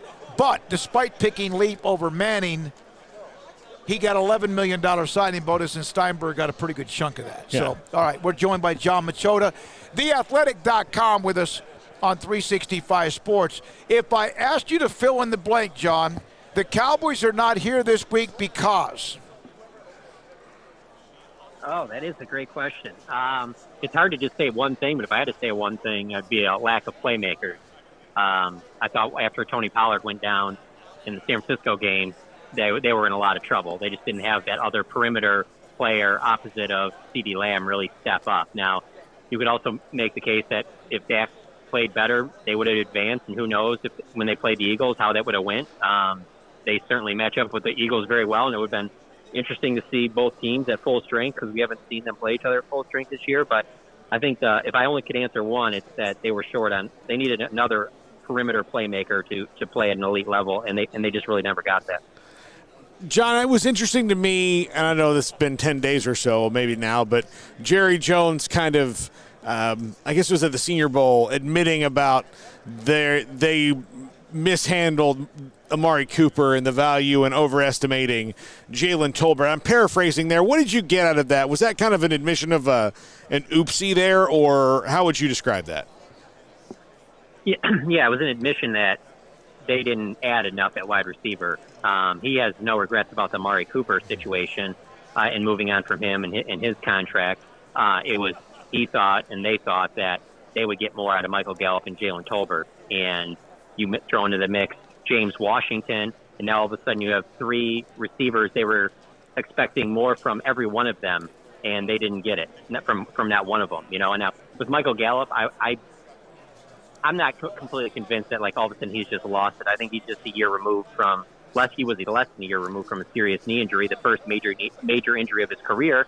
And so, yeah, things didn't go smoothly. But that's not as much on Michael Gallup as that is on the organization that, you have to have, another plan in case, he doesn't recover fully. I mean, it's an ACL injury. I mean, that it's pretty widely known that guys don't just all of a sudden go back to the way they were less than a year removed from that. And so I think Michael Gallup will be a lot better this season coming up, but they expected him to be a 2, Jalen Tolbert to perform like a 3, and Michael Gallup performed like a 3. Jalen Tolbert didn't give him anything. And so, they probably would have been okay if maybe they added T.Y. Hilton earlier in the year, or maybe if they would have got a healthy Odell Beckham. But it was, too little too late. They're still in on Odell Beckham, according to Steven, right? Yeah, they say that, but I find it hard to believe that Odell isn't going to be asking for more than they're going to want to pay. And they're going to need to see a lot from him to be willing to make that financial commitment, because who's to sit there and say that you go and you give him whatever it is, $11, $12 million a year, a contract similar to Gallup, and he's not back to what he was before, because maybe that injury, because he has had 2 of significant knee injuries of the same knee. What if he doesn't get all the way back to the way he was before? And now you've done this 2 years in a row. So I think that they need to add another wide receiver, whether it be with pick 26 or whether it be with, some type of a trade for a player from another team, or it's Odell Beckham. That's fine, whatever. But the wide receiver position has to be addressed. They cannot just go into the season going, no, CD will be better, Gallup will be better, we'll get more from Tolbert, it'll be fine this time around. They have to do more than that. John, the Cowboys, they had the great run, the dynasty of the 90s. Eventually that was worn out. They had the redo contracts, and that led to 5-11, 5-11, and 5-11. They tried to make the trade. They did with Joey Galloway. That blew up. He got hurt, whatever. But that really is the only time, it appears to me, that they just tore it down, and eventually that was as much salary cap hell as anything. Do you think, Jerry, because of what that was like when they almost became irrelevant, even the Cowboys brand, they were just a team, do you feel like he could ever go through a rebuild, tear it up like that, and not be good for a couple of years, even if it made him better in 3 or 4? Yeah, I think all of those things play a factor in it. And it's interesting you bring that up, because when I hear Jerry talk at the Combine, he talks about the having to look himself in the mirror, and that he has to constantly be changing. And that sounds good to say that because he's the owner and general manager, but it's another thing, you actually have to do that. How many human beings can actually change up what they do consistently? And I think that's a lot to ask from yourself. And so I do think those things factor in. I don't think he ever wants to go back to those years when it was, Quincy Carter and Drew Henson and Vinny Testaverde, basically the years between Aikman and Romo. And so that's why he feels like this is at least close where he's at right now. So there won't be anything that he does that will possibly wreck what they have right now. He feels like they can keep building on what they have right now, and eventually that will get them over the top. I think myself, and you guys probably too, and a lot of others will say, look at the teams the last 3 years in the NFC that have went to the Super Bowl. Every single one of those years, the last 3 years, you can say without a doubt that those 3 teams, Tampa Bay, the Rams, and the Eagles this year, that they did the most in the offseason to improve their team. I mean, if that isn't a blueprint, I don't know how many more years this needs to go in a row. John, this game, with the Eagles and Chiefs is interesting to me in that the Chiefs are kind of like outside of Mahomes, they're kind of built a little bit like the Cowboys are, where they've got good players at every other position, but they're not necessarily great outside of the quarterback. I'm not comparing that, but Dak is not great. I'm just saying that the Cowboys kind of thought they had that. The Eagles are pretty good at everything. I mean, they are elite almost everywhere. Where do you think the Cowboys miss on why they're just a little bit behind on all those decisions? Well, I'd say on both, comparing to both of those teams, defensive tackle is a huge part. You know, they just have not addressed defensive tackle like these other teams have that have gone to the Super Bowl. Like, they just have not made the investments to get a dominant force in the middle. I think that's been the biggest miss defensively. Offensively, it's tough because, like you said, Dak isn't Patrick Mahomes. He's more on the Jalen Hurts level. So why is Jalen Hurts having so much success? One, he got a lot better in the offseason. Two, they put some outstanding weapons around him in the last couple of years in Devontae Smith and A.J. Brown. And then the most important thing, without question, the Eagles have the best offensive line in football. And when the Cowboys had that, Dak was playing at his best. And that offensive line for the Cowboys, because, like as expected, you know, guys get older. Now they're in a transition period where they have to get that. They have to fill some holes there to get it back there to being on the level of what the Eagles have right now. The Chiefs don't necessarily need that because Patrick Mahomes is the best player in football. He's been the best player since he took over as their starting quarterback. And so he can make up for a lot of things. He can make up for a loss to Tyreek Hill. He can make up for a little bit poorer offensive line.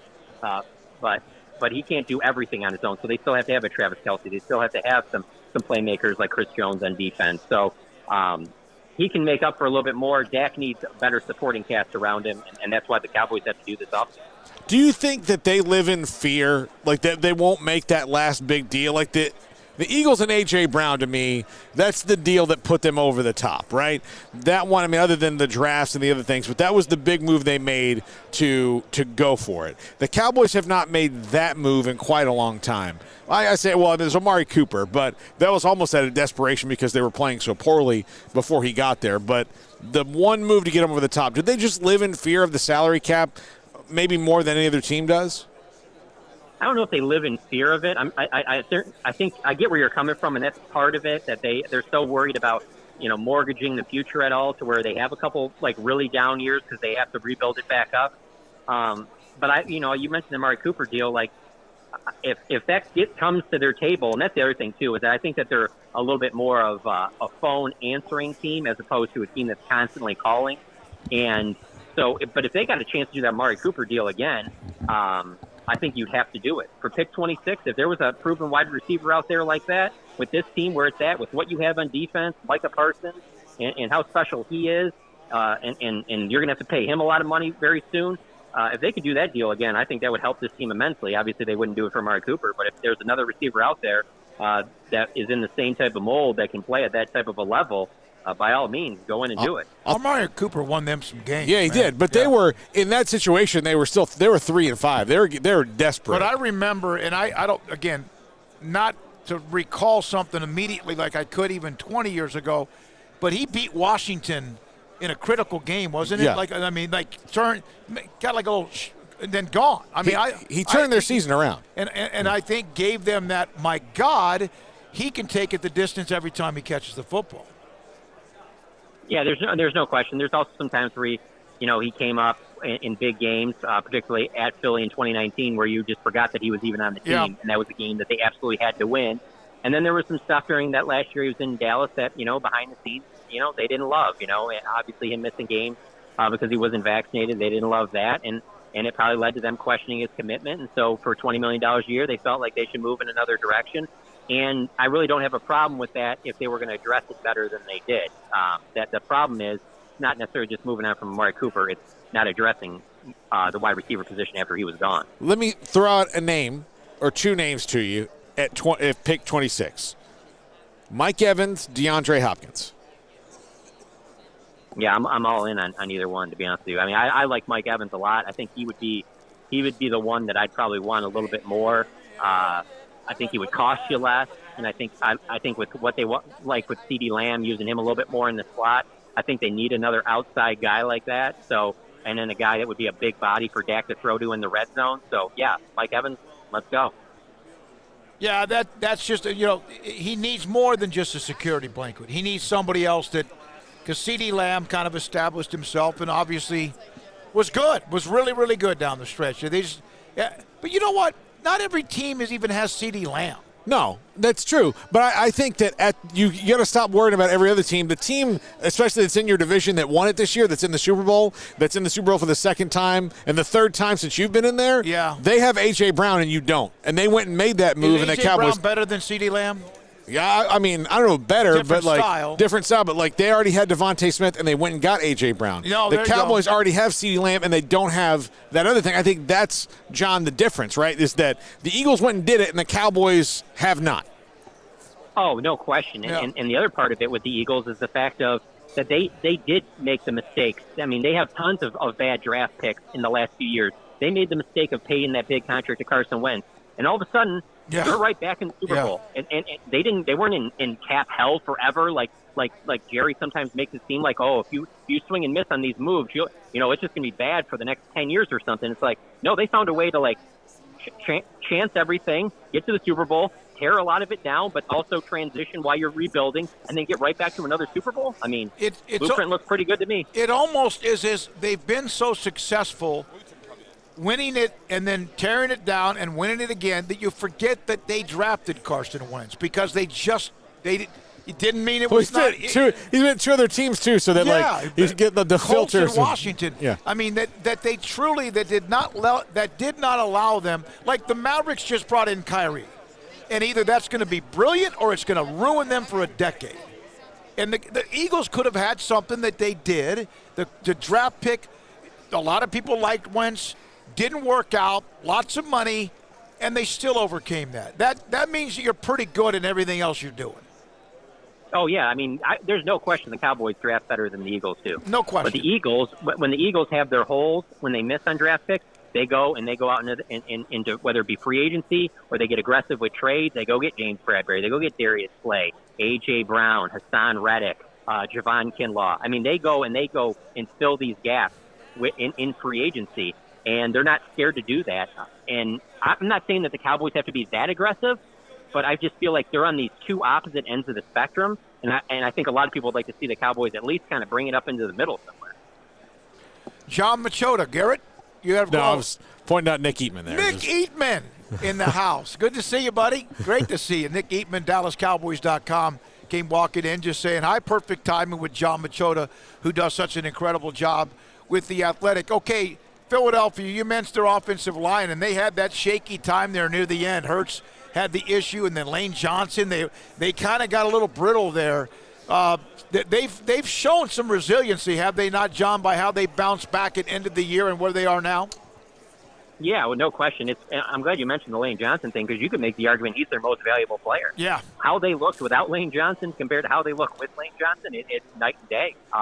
He's been outstanding for them, and they're not a team that every one of their starting five offensive linemen are first round picks. They hit on a couple guys in draft, but they've gone out and they've gotten some guys in free agency and they filled different holes in that and they constantly improve the offensive line. I do think the Cowboys' offensive line will be better this year coming up when second year from Tyler Smith and that. But yeah, by all means, I think that as good as Jalen Hurts has been this year, and there's no question he's improved in all aspects of his game. I just think that offensive line makes things so much easier for a quarterback because let's be honest, when you snap that ball and not to have to worry about right away someone's in your face, that you have a chance to kind of look, oh, is Devontae Smith open? No. Do I have Dallas Goedert? No. Can I throw deep to A.J. Brown? You have all these different options, and it's great to have those, but it doesn't really matter if you don't have that protection up front. And there was a time not that long ago where the Cowboys certainly had that early in Dak's career. They obviously got to get back to that. Yeah. Who would have ever thought Terrence Steele was one of the keys to whatever they were doing as well. Hey, John, thanks for your time. Enjoy it. Have a great day. Good to have you on whenever we can, every Wednesday at 5:30 or whenever you're available. We appreciate it. All right, man. You guys have a good time. John Machota, by the way, again, theathletic.com. Earlier in the chat, I've got to bring this up. Somebody brought up, was it Tom Rucker? Someone brought up that Farrah Fawcett was Tom Rucker. One of the most beautiful women ever, Farrah Fawcett. All right? I had a poster of Farrah Fawcett back then, It was Kate Jackson, Jacqueline Smith, I think, and Farrah Fawcett, and oh my God, Cheryl Teague. Cheryl Teagues. No. It was not really? Cheryl. No. I mean, you're talking about the Charlie's Angels? Yes. Well, then Farrah Fawcett left, and then Cheryl someone. It wasn't Cheryl Teagues. Yeah. God, leaves for the guy. So then, how about this? Michael DeHart had a picture of Farrah in his tool room while still married to his late wife. Well, How many wives would allow the husband of Farrah Fawcett poster on the wall anywhere that could be seen? I mean, he's never going to meet her, so, I mean, it's not like Farrah Fawcett's a threat. Michael DeHart, I told my late wife that I had Farrah way before I Yeah. Farrah won. I just had to keep in the tool room or gunsmithing room. Yeah. Well, I'm sorry for your loss in laughing, but obviously the loss, that's pretty powerful. Yeah. He just said I had Farrah before I had you. You know, I've never heard it called gunsmithing before. It's an interesting term. I don't know if we can top that part of it, right? Yeah. Cheryl Ladd. Cheryl Who Ladd. was gorgeous. Yeah, Cheryl Ladd. Cheryl Teagues, though. She was after, though. She was on Charlie's Angels, but. No. She wasn't. Cheryl Teagues wasn't, but Cheryl Teagues was after, like, as far as, like, the hot girl popular poster girl. Yeah, okay. Yeah. All right. How in the world we got to that point? Also, Tom Rucker said this, and Tom, he's a big UT. He goes, listen, I don't always agree with you guys or whatever, and I know UT fans think that we discuss them a lot. You're the ones that tell us they're a big deal, and they are, and we do discuss them a lot because there's a lot that comes from what's happening. They give great content. They do. Yeah, they're interesting. But believe me, in a year or two or whenever that is, and they're in the SEC, we'll still have stories about them, but gone, right? But, Tom, that's a great compliment. You enjoy the show. Obviously, we absolutely don't want everyone agreeing with everything we say, all of our opinions, what our topics might be. There was somebody in the replay, and I go on there, not a lot, but I'll get in there, and I was like, how come you guys are always talking about Texas and Oklahoma? Have you not paid attention for the last year and a half, 2 years of what happened in the Big 12 that created our show? It launched our show to another level. We thank them for the decision, or Brent Zerneman for the report. But if we're going to talk about realignment and the conference changing without Texas and Oklahoma leaving, that would be like talking about an election without mentioning the candidates. Like, yeah, I mean, like that's you'd be like, well, I mean, we're not going to talk about the people involved. We're just going to talk about everybody else. Like, no, you have to Here's another thing. It's a fan base that loves to tell you how valuable they are, how popular they are, and then on some of these replays, you kind of a little bit of whining because we talk about it. And that's backwards. I would take, if you're Texas, take the Jerry Jones tact in that Jerry picks his spots to get mad about things, right? I think this is a high compliment I'm paying him. Sometimes it's stupid what he gets mad about because people have said bad things about him, but he only lets certain things get through. Yeah. And he lets it get to a point like, I'm tired of hearing this. Let me tell you why you're wrong about this. But there's a lot of things he does wrong that he doesn't care that you think he does wrong or because of the bravado and all. But, yeah, that's what you have to. If you're Texas, you have to have a pretty, strong filter on that and just wait until the thing gets tiresome or it's wrong, and then that's when you say it. Because otherwise, Jerry loves the fact that there's no middle ground. Nobody kind of likes the Cowboys, right? Yeah, you either love them or hate them. You either love them or you hate them, and he likes that because kind of like them is indifference. Indifference is bad for business, Would you go to a restaurant that you kind of like if one that you really like is next door? No. So, again. Not unless that's the only one open. Exactly, but. Yeah, and someone goes, who remembers Cheryl Teagues? That was a good run back then. Yeah, she was in an Adam Sandler, so Adam Sandler had a song, I'll never take down my Cheryl Teagues poster. It was in the song, so it's in my head, and she was before my time, Garrett, are you old enough to remember Cheryl Ladd, Farrah Fawcett, Cheryl Teagues, Kate Jackson? I'm not old enough so I've seen the Farrah Fawcett. But I think everybody's seen the Farrah Fawcett poster out there. But the Cheryls, no, I'm not pumping game with them. Jacob's too young for that. I mean, he knows. You know what mine was? The Farrah Fawcett was the one where she had kind of almost a strawberry-colored swimsuit on and her knee up. I had two. I don't remember it that vaguely, vividly. I had two. And her hair forever. Freaked my poor mom out when it happened. But I had Cindy Crawford, because that was like 92, 93, with 12, 13. Like, that was her, like, golden year with Cindy Crawford and Kathy Ireland. Big Kathy Ireland back in the day. Kathy Ireland had green eyes or something. Oh, yeah. Like that. Yeah. I could tell you a lot. Well, really, could you? Yeah. You could tell from a picture. Yeah. I mean, she was in my gunsmithing room, too. Oh, my God. Provo Cougar fan, watch some of your late July, early August 21 shows when everyone was thinking it was all over. What changed in 18 months? You know what changed is that the Big 12 and that recovery of being knocked nearly out. They'd been through this before, and they found a way, and the 4 teams that were available at the time who might not be if it was happening this month because maybe they're somewhere else, it really – and I love what's coming in. I know some of them have bumps and bruises. Some of them have things they have to do better, and some of them are really good at what they do in certain ways. And it's a conference that has a bunch of guys who were either not that they were undrafted or like Brock Purdy, Mr. Irrelevant, but there's a lot of schools that are left. Texas and OU are always going to be Texas and OU. That's why they're Texas and OU. But the other ones, they all have a little bit of a chip on their shoulder, and some of them have a large chip on their shoulder, and they have freaking survived. It's not the first time back in July of 21 that they've had to kind of go through a holy crap, what's next for us? And imagine if who we cover, and now it's everybody in the conference. Imagine what they're thinking in Manhattan or in Ames or in Lubbock or in Waco or wherever, Stillwater, and they now have what do we say about the college football playoff? You want to at least start practices in August with hope.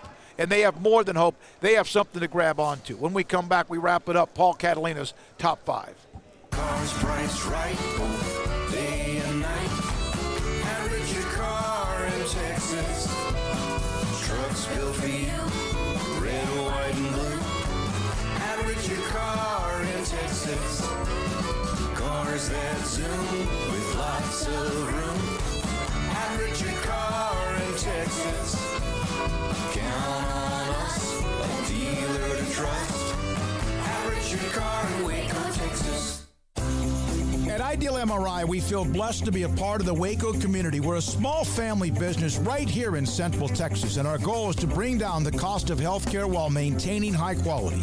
At times like this, the cost of healthcare has never been more important, and unfortunately, significant illnesses and injuries still occur. That's why Ideal MRI is open and here to serve you through the difficult time. We offer premium MRIs just like a hospital with state-of-the-art technology and specialists, but you'll pay less. Sometimes thousands of dollars less, whether you're using insurance or not. At Ideal MRI, we accept most insurance and there are no hidden costs. Even offering financing if that's needed, everything included in the price, and you'll not get something as a surprise in the mail later on. If you need an MRI, ask your doctor about Ideal MRI. They'll know. You can schedule an appointment safely from home online in minutes at idealmri.com or give us a call, 833-IDEAL-MRI, idealmri.com. There are 26 letters in the alphabet, over 600,000 words in the dictionary, and just 3 of them said together can change everything. Let's order pizza. Those 3 words lead to dough made from scratch and 3 fresh signature cheeses that blanket golden crust in a heavenly melt on Marco's Pizza that'll blow your mind. So visit marcos.com to order and stop by Marco's Pizza in Belmead, China Spring, Woodway, and in Robinson. Marco's. Pizza lovers get it. Hi, this is Paul Catalina. I recently got engaged to the love of my life, but the most important thing that I had to do before I popped the question was get that perfect ring. And I know nothing about rings. So I went to the wedding ring store, Boozer's Jewelers on Valley Mills Drive. I knew I needed a custom design, and that's exactly what they do. 9 out of 10 of their engagement rings are designed in-house. The entire process took less than a month, and they were great every step of the way. Great options on financing, excellent selection, and talented designers. My fiance and and I get nonstop compliments on the ring. I only deserve credit for doing the smartest thing I could, walking into Boozers and letting them work their magic. Your one-of-a-kind fiancé deserves a one-of-a-kind ring, and that's what you get at Boozers. Boozers Jewelers, the wedding ring store on Valley Mills Drive. One size fits all. That may be all right for an adjustable belt or cheap sunglasses, but when it comes to your financial needs, no one wants a one-size-fits-all strategy. Ben Erlinson, your Edward Jones financial advisor, knows that his most important goals are yours. That's why he takes the time to understand your needs, knowing you. That's how Edward Jones makes sense of investing. Ben Erlinson, 100 North 6th Street in Waco, 254-759-8533. Edward Jones, member SIPC. This is Paul Catalina's Top 5 at 5:45. Or is it 5:55? Either way, it's the Top 5. It's 5:53. Yeah, good to see our good friend Nick Eatman from DallasCowboys.com. Yes, absolutely. Great guy. Anyway, the top 5. Hold on, I gotta get my phone up. I don't have a monitor in front of me, and I don't have. Paul from Bobby B. Have you discovered any decent local bourbons yet in Phoenix? No, but there is a place up and around the corner that is a bourbon room, and I think we should go there. So, I'm. What do you got, man?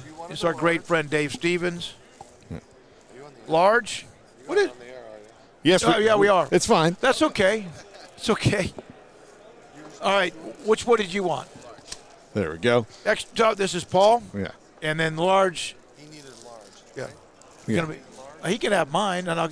Okay. All right. We'll be back. Let's finish the top 5. All right. There we go. Oh, from Fresh Clean Teeth. This is a good company there. All right. Top 5 thoughts on Pac-12 expansion. By the way, Dave, awesome. Is great Dave story. Stevens, Unbelievable story. Great guy. Top 5 thoughts on Pac-12 expansion. Number 5, they better do it or you'll look terrible. Like, now that you've sprinkled, out there that you're going to take some campus visits.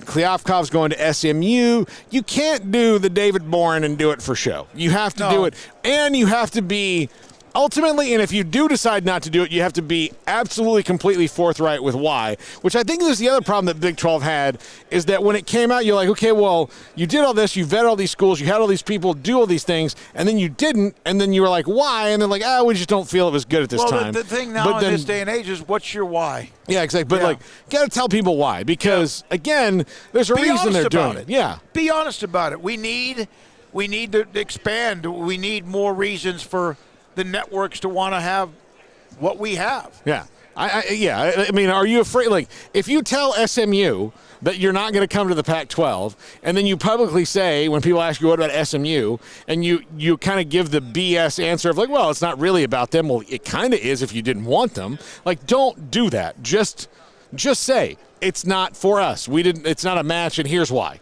Like, just be honest about it. Number 4, the value of playing games in Texas, especially if SMU is one that they would add. The value of playing games in Texas is huge for recruiting, especially since you've got, again, all these conferences, the SEC's going west.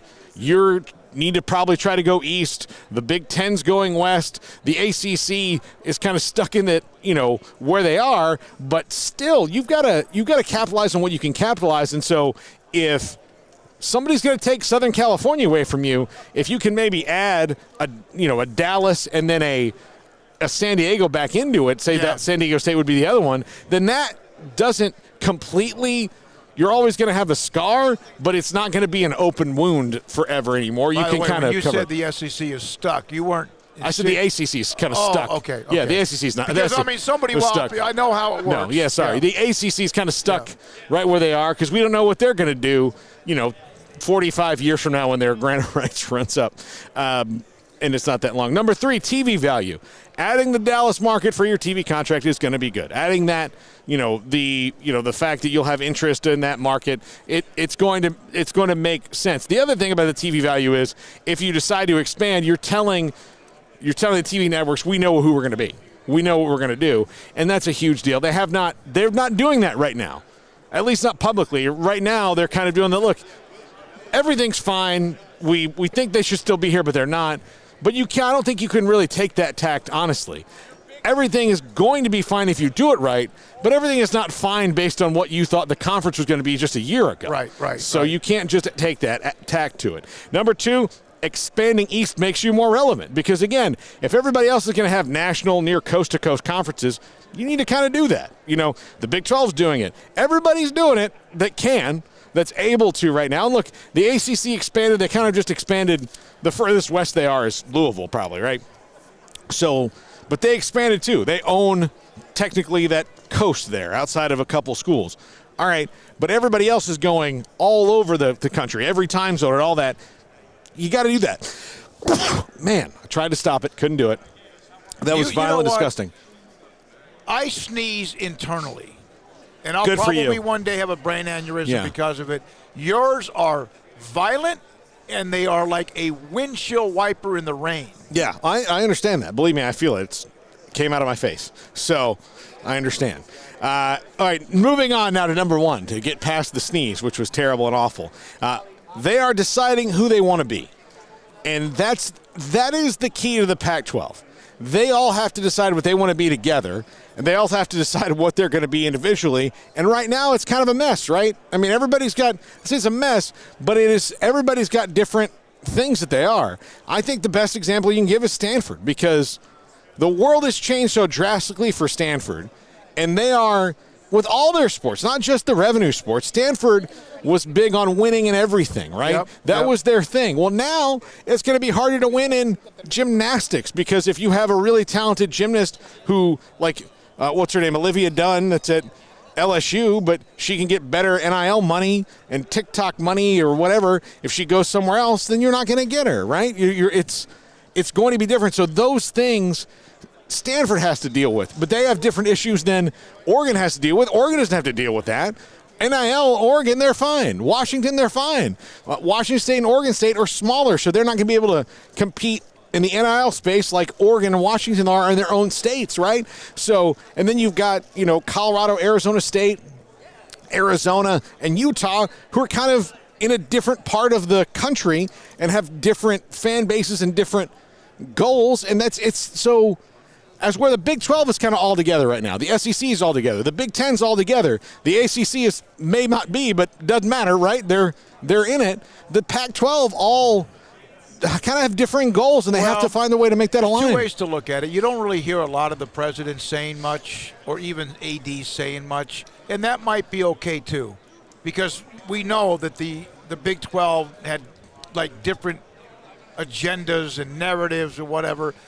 Maybe we haven't heard a lot, which is good. Maybe they're a little bit closer knit than we think. But I think that's good. I don't know about closer knit. And this is not about warring with each other. It's just about where you actually are at this time. Like, can you, if you're Stanford and Cal, can you be competitive the same way that you were before? I don't see how they can. And that doesn't mean they can't. Stanford, as someone, I freaking cherish their success in athletics. Exactly. But if you have built your institution on that, and then you have to make the decision that it's going to be less than it was because you just are unable to meet the rest of the market where it is, then has nothing to do with everybody else. That's not an indictment on anybody else. That just means that you have to sell something to your alumni base and to your school that is different. And then that's a huge change of saying, like, we're still going to strive for excellence, but we may not be able to reach the heights we are because there are external factors that are stopping that.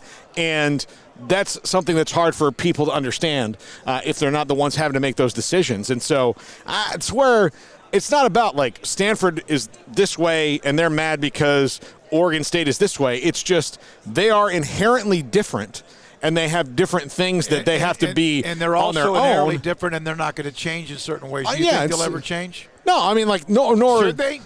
Nor do they have to. It's just that they have to find out how they work in this new reality. They need to take a damn deep breath and relax a little bit in some cases. But figure out who they are in the new reality, and that I think the Pac-12 is unique in that they have that kind of disparate, different schools that are way more different than each other than the schools in every their conference are. There's more similarities in the other Power 5 conferences than there are in the current iteration of the Pac-12. All right, Jacob Wilson, great stuff today. Garrett Ross, thank you very much. Those of you in the chat room, everybody back and forth on so many different topics, and I did get S. Michael DeHart's photo of his gunsmithing room. Okay.